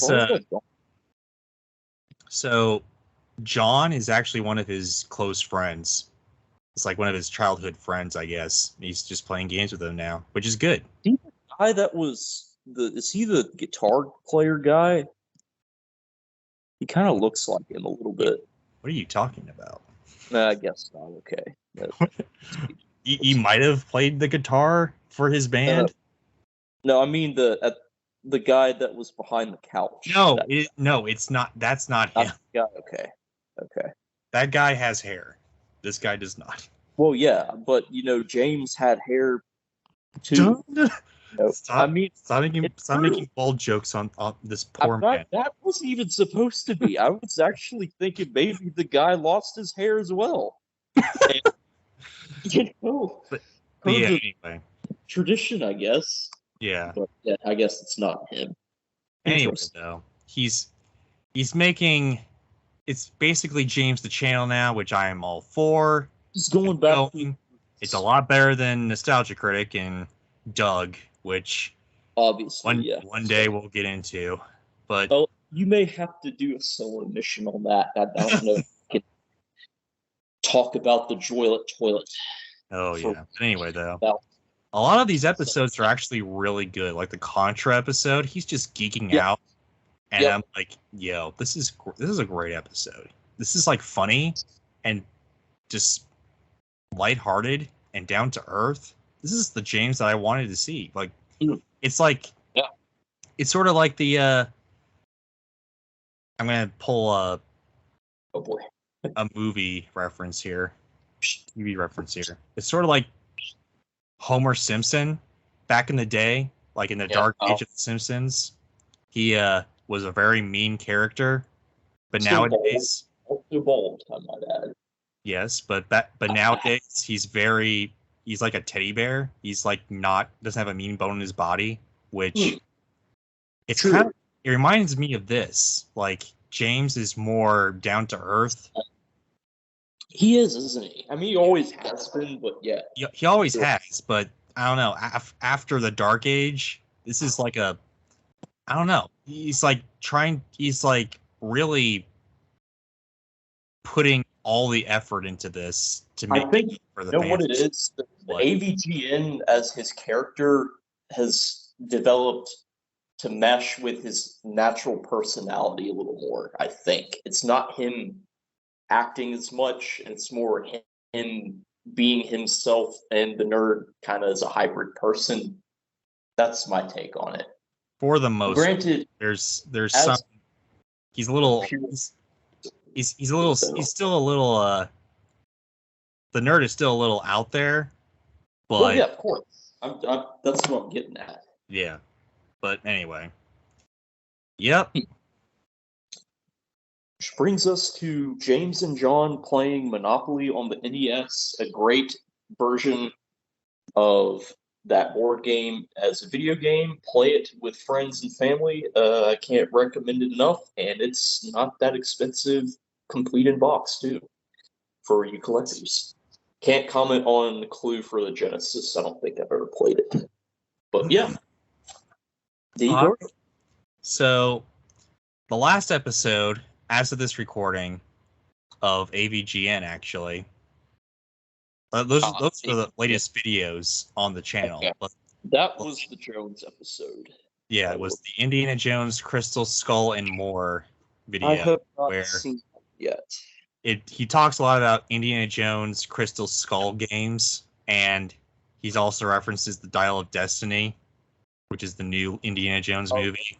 Cool. That's good of him. It's very interesting. Part of it's in the style of like the older videos, and part of it is in the newer style, which is kind of interesting. It's very... Crystal Skull was not a thing in the 90s, though, so I guess what? I'm not sure what he's getting at. Maybe it's like I'll have to watch it, I guess. What are you talking about? On this, it looks like he's talking about the older games from the 90s and maybe late 80s. Yeah, he talked about those games, but then he went into Crystal Skull. Okay, so there was a reference. Yeah. There was a reference in the 90s about the Crystal Skull in this one game. So it's like, okay, let's play this one. Oh, okay. Oh, I did not know that. Very cool. I'll have to watch that one. But yeah, that I mean, good. And he's also, I think, last year he did a couple, Monster Madness episodes, just random, not really a huge theme or whatever. Yeah, it was all on YouTube. I think he did an interview as well, which is kind of interesting. Okay. Yeah. That's it. Mm-hmm. So you kind of got the whole. So you kind of got the whole personality behind James Rolfe throughout this video. But as we come to the conclusion of this podcast, we'll talk about James himself. James is a filmmaker. He is basically the Mr. Rogers of YouTube. That being that he is the most down. He is probably the most likable person on the platform, and probably. Yes. And everyone loves him, and he's doesn't have a mean bone in his body like Mr. Rogers. That's true. Yeah, that is correct. Huh. I see what and even though he's been in controversies, it hasn't been because of him, which is good. No, you're right. That's the thing. He has survived. He never did something that bad. Got canceled. Good. There you go. Keep it up. That way also James, just keep going. Just keep going, James. Just keep going. Yes. Hashtag not canceled. There you go. Hashtag let's not get James canceled. Indeed. You could have said that better. Indeed. But anyway, so he's the complete opposite of the nerd, basically, which everyone loves. Yes. He's a great fellow person. He's helped out a lot of his contemporaries, like Nostalgia Critic, when he desperately needed it. Irate Gamer, when he kind of, sort of needed it too. Yeah. For the most part. And he's been in a lot of other videos and a lot of other places in and around YouTube and across streaming and all that type of stuff. And last time that I recalled, on top of all his writing stuff that he's making for his videos, he's actually written a horror script that has nothing to do with Cinemassacre or AVGN, which is pretty sweet. That's and cool. Hope it goes well. Indeed. And I hope, beyond hope, that this man creates a film. Because, hey, if Chris Stuckman... I love Chris Stuckman, okay? Don't get me wrong. Yeah. But if Chris Stuckman, a guy who just sits there and reviews movies for a living, the most part. Never plays the console that you see. Sometimes he does, actually. But if you're, if a guy who sits on the chair, and reviews movies, if he can write, direct, and produce a movie, like a real movie, so can this guy, so can James, okay? As well. James, what? Movie. Just movie, you know? Indeed, yes. And yeah, I mean, James has been an inspiration for YouTube. Absolutely. Hopefully be an inspiration for filmmaking in general. Yep, no doubt about that. He hasn't already done that beforehand. Oh, yes. So. And love to meet Video Game Nerd is as good, if not better, than in the past, whether people want to believe it or not.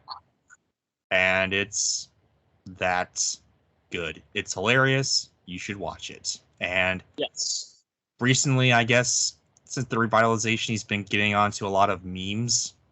Like, I've seen a lot of people meme AVGN now, which I'm all for. That already happened, but I guess it did already happen, but there's been a lot more newer videos referencing him, which nice. Good. That's a good sign. It is. Son, what is your final thoughts on the AVGN and James Rolfe? Great guy. A lot of my adolescent years after school involved him. Or me enjoying his content. Not as much these days, just due to what my life is now versus then. But I still watch it sometimes, and it's always enjoyable. Might even watch it tonight, just after we talked about him for this long. It makes me want to go back and see some of it again. I hope beyond hope that he's successful in his career, and he pursues this horror movie that he's trying to create here. I hope that works for him. I'll try and see it if it does become something big. And last but not least, I really want him to come to SFGE so we can meet him in person. The end. Oh, yes. I mean, here's the thing. He's been all over the Midwest and the Northeast. Just take a right. Just take a right. Just go down to Georgia. I mean, we're there. We are here. Boogie 2988. Even though he's kind of controversial as a lolcow now, but fair enough. He's been in South Carolina. Just come on down to. He's from Virginia originally, so yeah. Yeah, just come on down to SFG. Why not? Southern Yeah. Fried Chicken Expo. You guys- Also, we might do a later on. I don't know how, but we'll figure it. I'll figure it out because I know you sure. would not want to That do means might do like a commentary on the AVGN movie. I don't know. Maybe. Also, something I forgot to mention. Yeah. He did start making after the buyout of Screen Media. He also started making, you know what's BS again. Yeah. I noticed that he brought that back, which is good. As you know what is BS. Just that. Yep, for Because, the YouTube policy purpose, I yeah, would assume. yeah, and there's no like, shit face or whoever he was before and all that. Oh, yeah. Bullshit man. That was his Yeah, name. he's not seen until probably the very end, but yeah. Yeah. It's been a while since he's made one. I don't know if he's still making them or if he's done making them or something. I don't know. But anyway, that's all. That's all. That's it. I'm done. We're done with but we got done with Angry Video Game Nerd. Finally. My gosh. Wow. That was a lot. It really was, yes. And A lot of history with this guy. yeah, the Chief, you might want to go grab a pack of the cough drops for yes. The upcoming hoarseness. Oh yes.